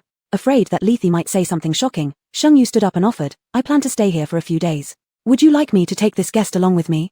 Xiao Gang was about to decline and say that she could manage on her own when she noticed a man sitting nearby. She decided not to press the issue. All right, you figure out the room arrangements. What do you want for breakfast? Roast meat. I've just traded for some beef from a few Herculean bulls. It's supposed to be incredibly fresh and delicious. Shengyu gave an okay sign, leading the gentlemanly college professor to the backyard. The night sky over the interdimensional supermarket's yard sparkled with countless stars, occasionally graced by a shooting star blazing across it in a shower of light. With such a star-studded night as its backdrop, the interdimensional supermarket looked exceptionally peaceful. Yang Wang calls names pondered briefly and put on a pretentious demeanor before asking, Miss, are you also a resident here? Shengyu chuckled lightly. Yes, my name is Shengyu. What's your name? Caught off guard, Yang Wang momentarily lost his voice. What should he say? What could he possibly be called? The ledger of life and death. Yang Wang calls names. Seeing his hesitation, Shengyu didn't pursue the matter further, her gaze quickly drawn to a figure behind the massive ginkgo tree in the yard. The man was bare-chested, wielding a silver dragon spear in a set of flowing, smooth movements, his posture both graceful and imposing. The stars shining behind him served only as decoration to his performance. As the spear swirled, his long hair billowed, partly obscuring a handsome face. Before Shengyu could get a closer look, a pair of large hands suddenly covered her eyes. Behind her came a stifling, repressed voice, seeing something dirty might give you pink eye. Shengyu pushed away the man's hands and retorted strangely, hey, why don't you take your clothes off too if you're so critical? Yang Wang calls names. At the sight of Shengyu, the spear-wielding man stopped his motions and nodded respectfully at her, Miss Sheng. The title Miss Sheng seemed to pierce through the previously closed doors as they all swung open one by one. People greeted her. Miss Sheng. Miss Sheng has returned. Miss Sheng, I have already recovered much thanks to your herbs. Shengyu greeted everyone warmly in return, until the cold, dense low-pressure building behind her became impossible to ignore. Turning around, she smirked, caught you. But when she turned back, the man behind her still carried the same gentlemanly air. Occasionally adjusting his glasses, every move made by him seemed utterly normal. Could it be that she had misjudged? Was this not Chu Yu? She casually pushed open a door. You can stay here. Ling Jiang asked hesitantly, and where will you stay? Though amused inside, Shengyu showed no expression outwardly and replied coldly, none of your business. Ling Jiang added timidly, I'm new here and a bit scared. This place feels very mysterious to me, but seeing you fills my heart with a sense of security, so. Shengyu, so you want to stay in my room? Ling Jiang's eyes lit up brightly, is that all right? His enthusiastic behavior made Shengyu suspect that she was dealing with Chu Yu himself. Yet this person felt familiar, though she couldn't quite recall where she'd seen him. Perhaps it was in some other game scenario? Ling Jiang followed Shengyu into her room. In the next moment, he watched in astonishment as Shengyu picked up her blanket and walked out. Hey, you? Shengyu raised an eyebrow, what's wrong? Ling Jiang froze, a look of utter disbelief appearing on his normally gentlemanly, intellectual face. You aren't staying here? When did I ever? Shengyu drawled, teasing him like she would a small animal. Say I wanted to stay with you. Chapter 215, Bonus Stimulation. The next morning, Shengyu opened the door and saw someone bathed in the sunlight. He showed his most perfect profile, one hand holding a book, the other gently lifting up the glasses on his nose, looking like a handsome god lost in thought. Hearing Shengyu's movement, he turned his head and gave her a gentle smile. Good morning, Mrs. Sheng. His fluent foreign accent made Shengyu involuntarily stagger backward. What had she done to make others think she liked such a beaking tone? But she still said, please mind your words, I am Miss. The man slightly startled, with only a flicker of surprise flashing across his face without any other expression. All right, Miss Sheng. This time it was Shengyu who was stunned. Could it really not be Chu Yuanian pretending? Jiang Qiao's life had been very irregular lately. Last night, he had no idea where he went, and today he was nowhere to be seen. Shengyu sat behind the bar counter watching comedic shows from the main timeline. Occasionally, when guests came, if she felt like greeting them, she would say something. If not, she would just settle their accounts. Life was pleasant and comfortable. No wonder Jiang Qiao loved running the supermarket. My ultimate dream is to open a little store, sitting outside in summer holding a watermelon while fanning myself and watching people come and go. The twilight that paints the sky red filters through the tree branches and falls onto the ground. The man playing chess with Jiang Qiao surnamed Lu, whom Jiang Qiao always called Mr. Lu. Just as Shengyu sat down, he arrived. Mr. Lu. Shengyu greeted with a hooked lip corner. Miss Sheng. Mr. Lu greeted back, suddenly feeling uneasy, glancing back and seeing the man from yesterday with a similar temperament glaring at him. Mr. Lu chuckled knowingly, his glance catching sight of Shengyu, and he immediately had an idea. He stepped forward elegantly, extending his hand to touch Shengyu's head. In the next second, a shadow flashed, Someone shoved Mr. Lu away and stood in front of Sheng Yu, speaking first. What are you doing? Mr. Lu looked innocent. I just wanted to help Miss Sheng pull out her grey hair. The King of Hell could no longer maintain his elegant appearance, sharp light gleaming on his frameless glasses. What kind of thing are you, worthy to touch her? And pulling out hair? Come on, let me pull for you, then send you to Nanhua Temple to become a monk. Mr. Lu laughed, not pretending anymore. The King of Hell glanced at Sheng Yu, meeting her half-smiling gaze, and suddenly remembered what Chu Yuanian had said to him yesterday. The innate abilities of the King of Hell and the Judge of Hell were different. After the Earth rebooted, the Underworld restored its normal operations, and both were included in the Underworld's roster. And the King of Hell became the Death Register of the Underworld. A Death Register always dressed elegantly. Among the many avatars of Chu Yuanian, Fearful Destiny specialized in brute force style. One Punch Enlightenment emphasized tranquility and few desires. Having a great shark was a cheerful and open-hearted big boy. The Judge of Hell was cold and abstinent. Only the King of Hell qualified for the elegant word. So he pulled over the King of Hell, injecting only a fraction of his consciousness to avoid being discovered by Sheng Yu, leaving the rest as pure original version of the King of Hell. The King of Hell didn't expect to be exposed so quickly, gazing at Sheng Yu for a long time on his elegant face before suddenly showing an awkward smile. I admit, my mouth is a bit bad. Sheng Yu propped her chin and beckoned with her fingers at the King of Hell. The King of Hell had completely unleashed his nature, even mocking himself. Are you teasing me? Still, he squatted down in front of Sheng Yu as he walked, even revealing his chin voluntarily. The handsome and elegant man was extremely compliant. Beneath his polite glasses was a pair of eyes filled with deep affection. It was him, yet a different him. Sheng Yu admitted that she had taken interest. Mr. Lu saw this and smiled. Looks like Miss Sheng appreciates this sort of behavior. At least I did contribute somewhat to Miss Sheng. Are you not planning to thank me? Sheng Yu glanced sideways at him. Before she could speak, some people couldn't bear it any longer. You've got quite a nerve, don't you? Use your face as a city wall. It can stand for 1,000 years. She likes me, and she needs to thank you. What do you count for?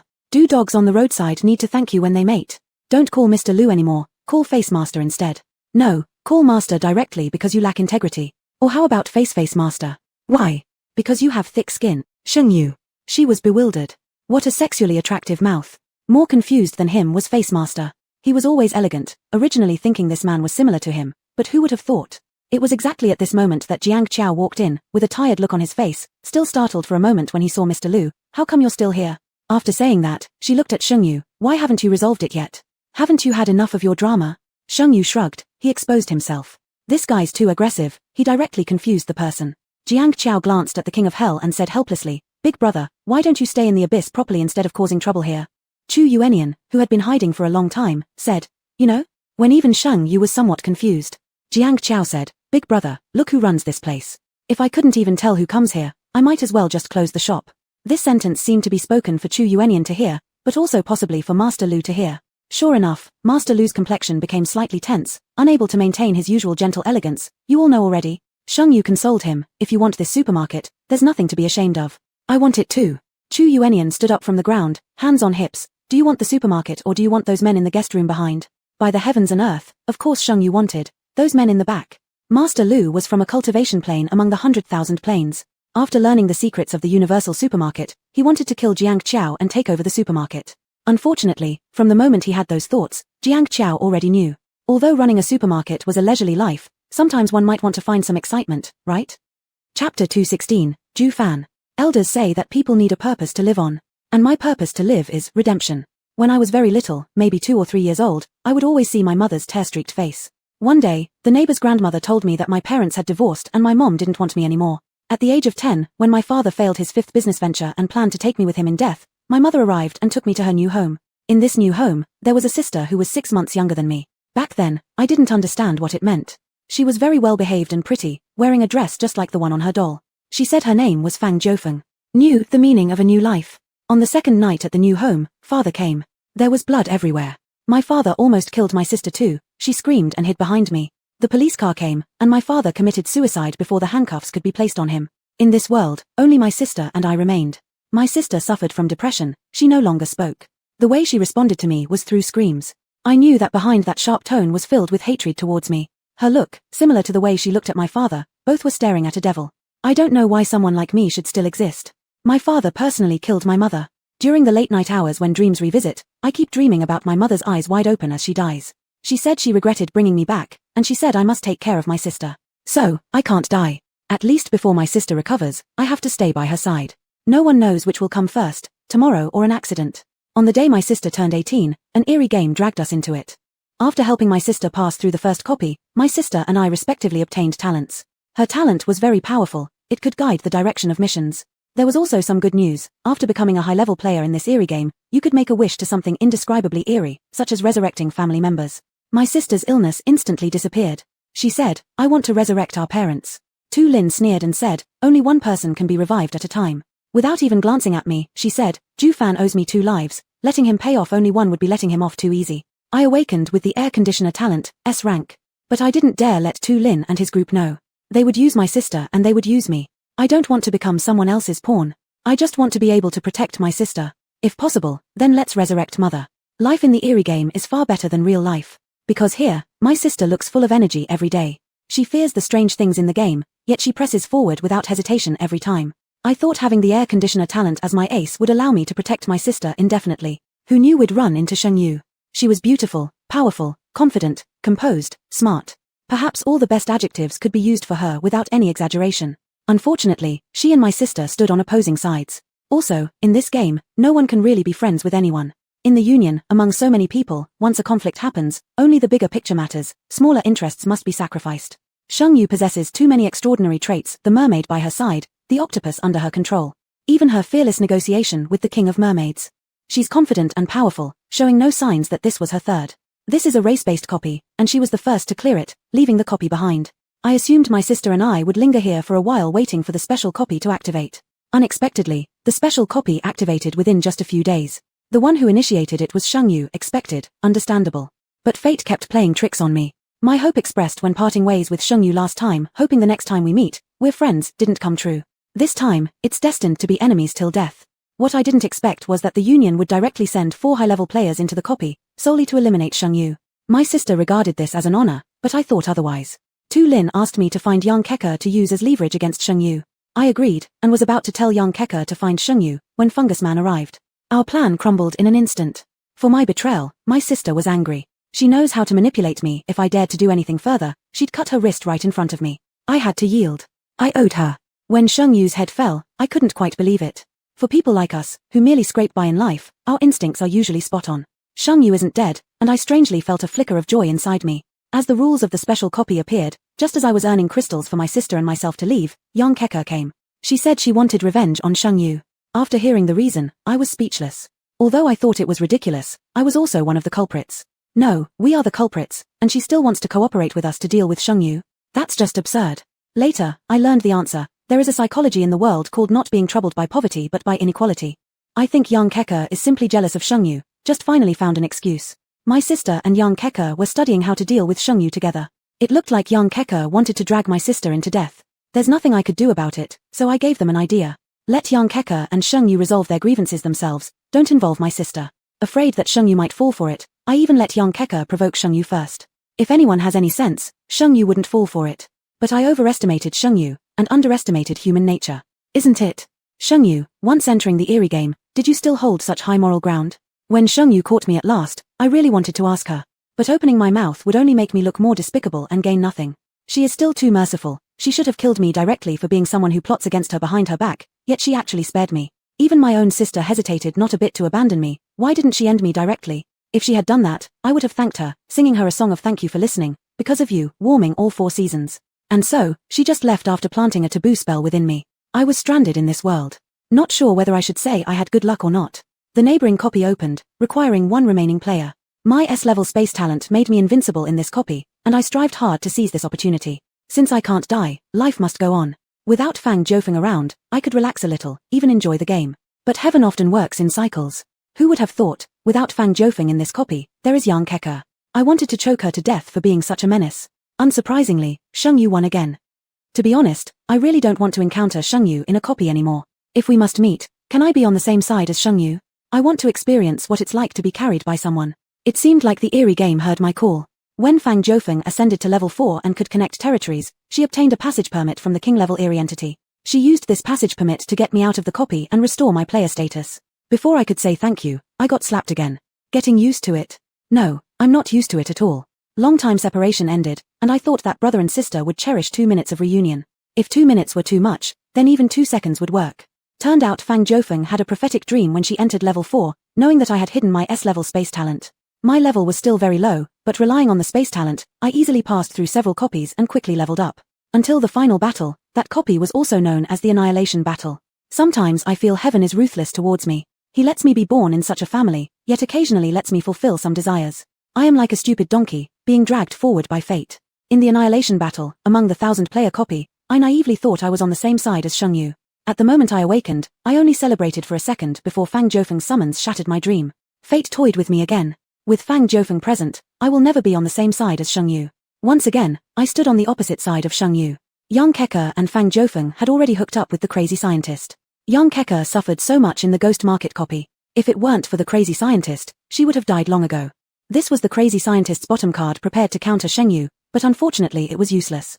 I silently watched my sister rise high, and then saw her tower collapse. Since the moment the system broadcast started, I had the thought of escape for the first time. Shengyu taught me nothing. She only taught me one thing: my life is in my hands, not heaven's. This time, I want to live for myself. Chapter 217, Bonus Chapter, Breeding. Shengyu didn't know if Chu Yuanian had drunk the water from the mother and child river, but every day he kept insisting on breeding. It wasn't until Gongsun Chen and Gong Yongran returned from their world tour that Shengyu realized someone was in heat. Adult Killins would enter a mating phase. After entering this phase, they wouldn't think of conquering heaven and earth, they would only focus on raising young ones. Only after having offspring would the Chilean be considered truly mature. Gongsun Chen and Gong Yongran had spent decades in space, familiar with the quirks of human reproduction. They thought Shengyu minded the reproductive barrier between species, between humans and beasts, and believed that lovers of different kinds couldn't be together. So they started earnestly persuading Shengyu to breed. Shengyu, who grew up in an orphanage, though she knew she was an interstellar being, she always subconsciously assumed she was from Earth, originally thought her boyfriend was also an orphan and would have no problem with parents pressuring them for children.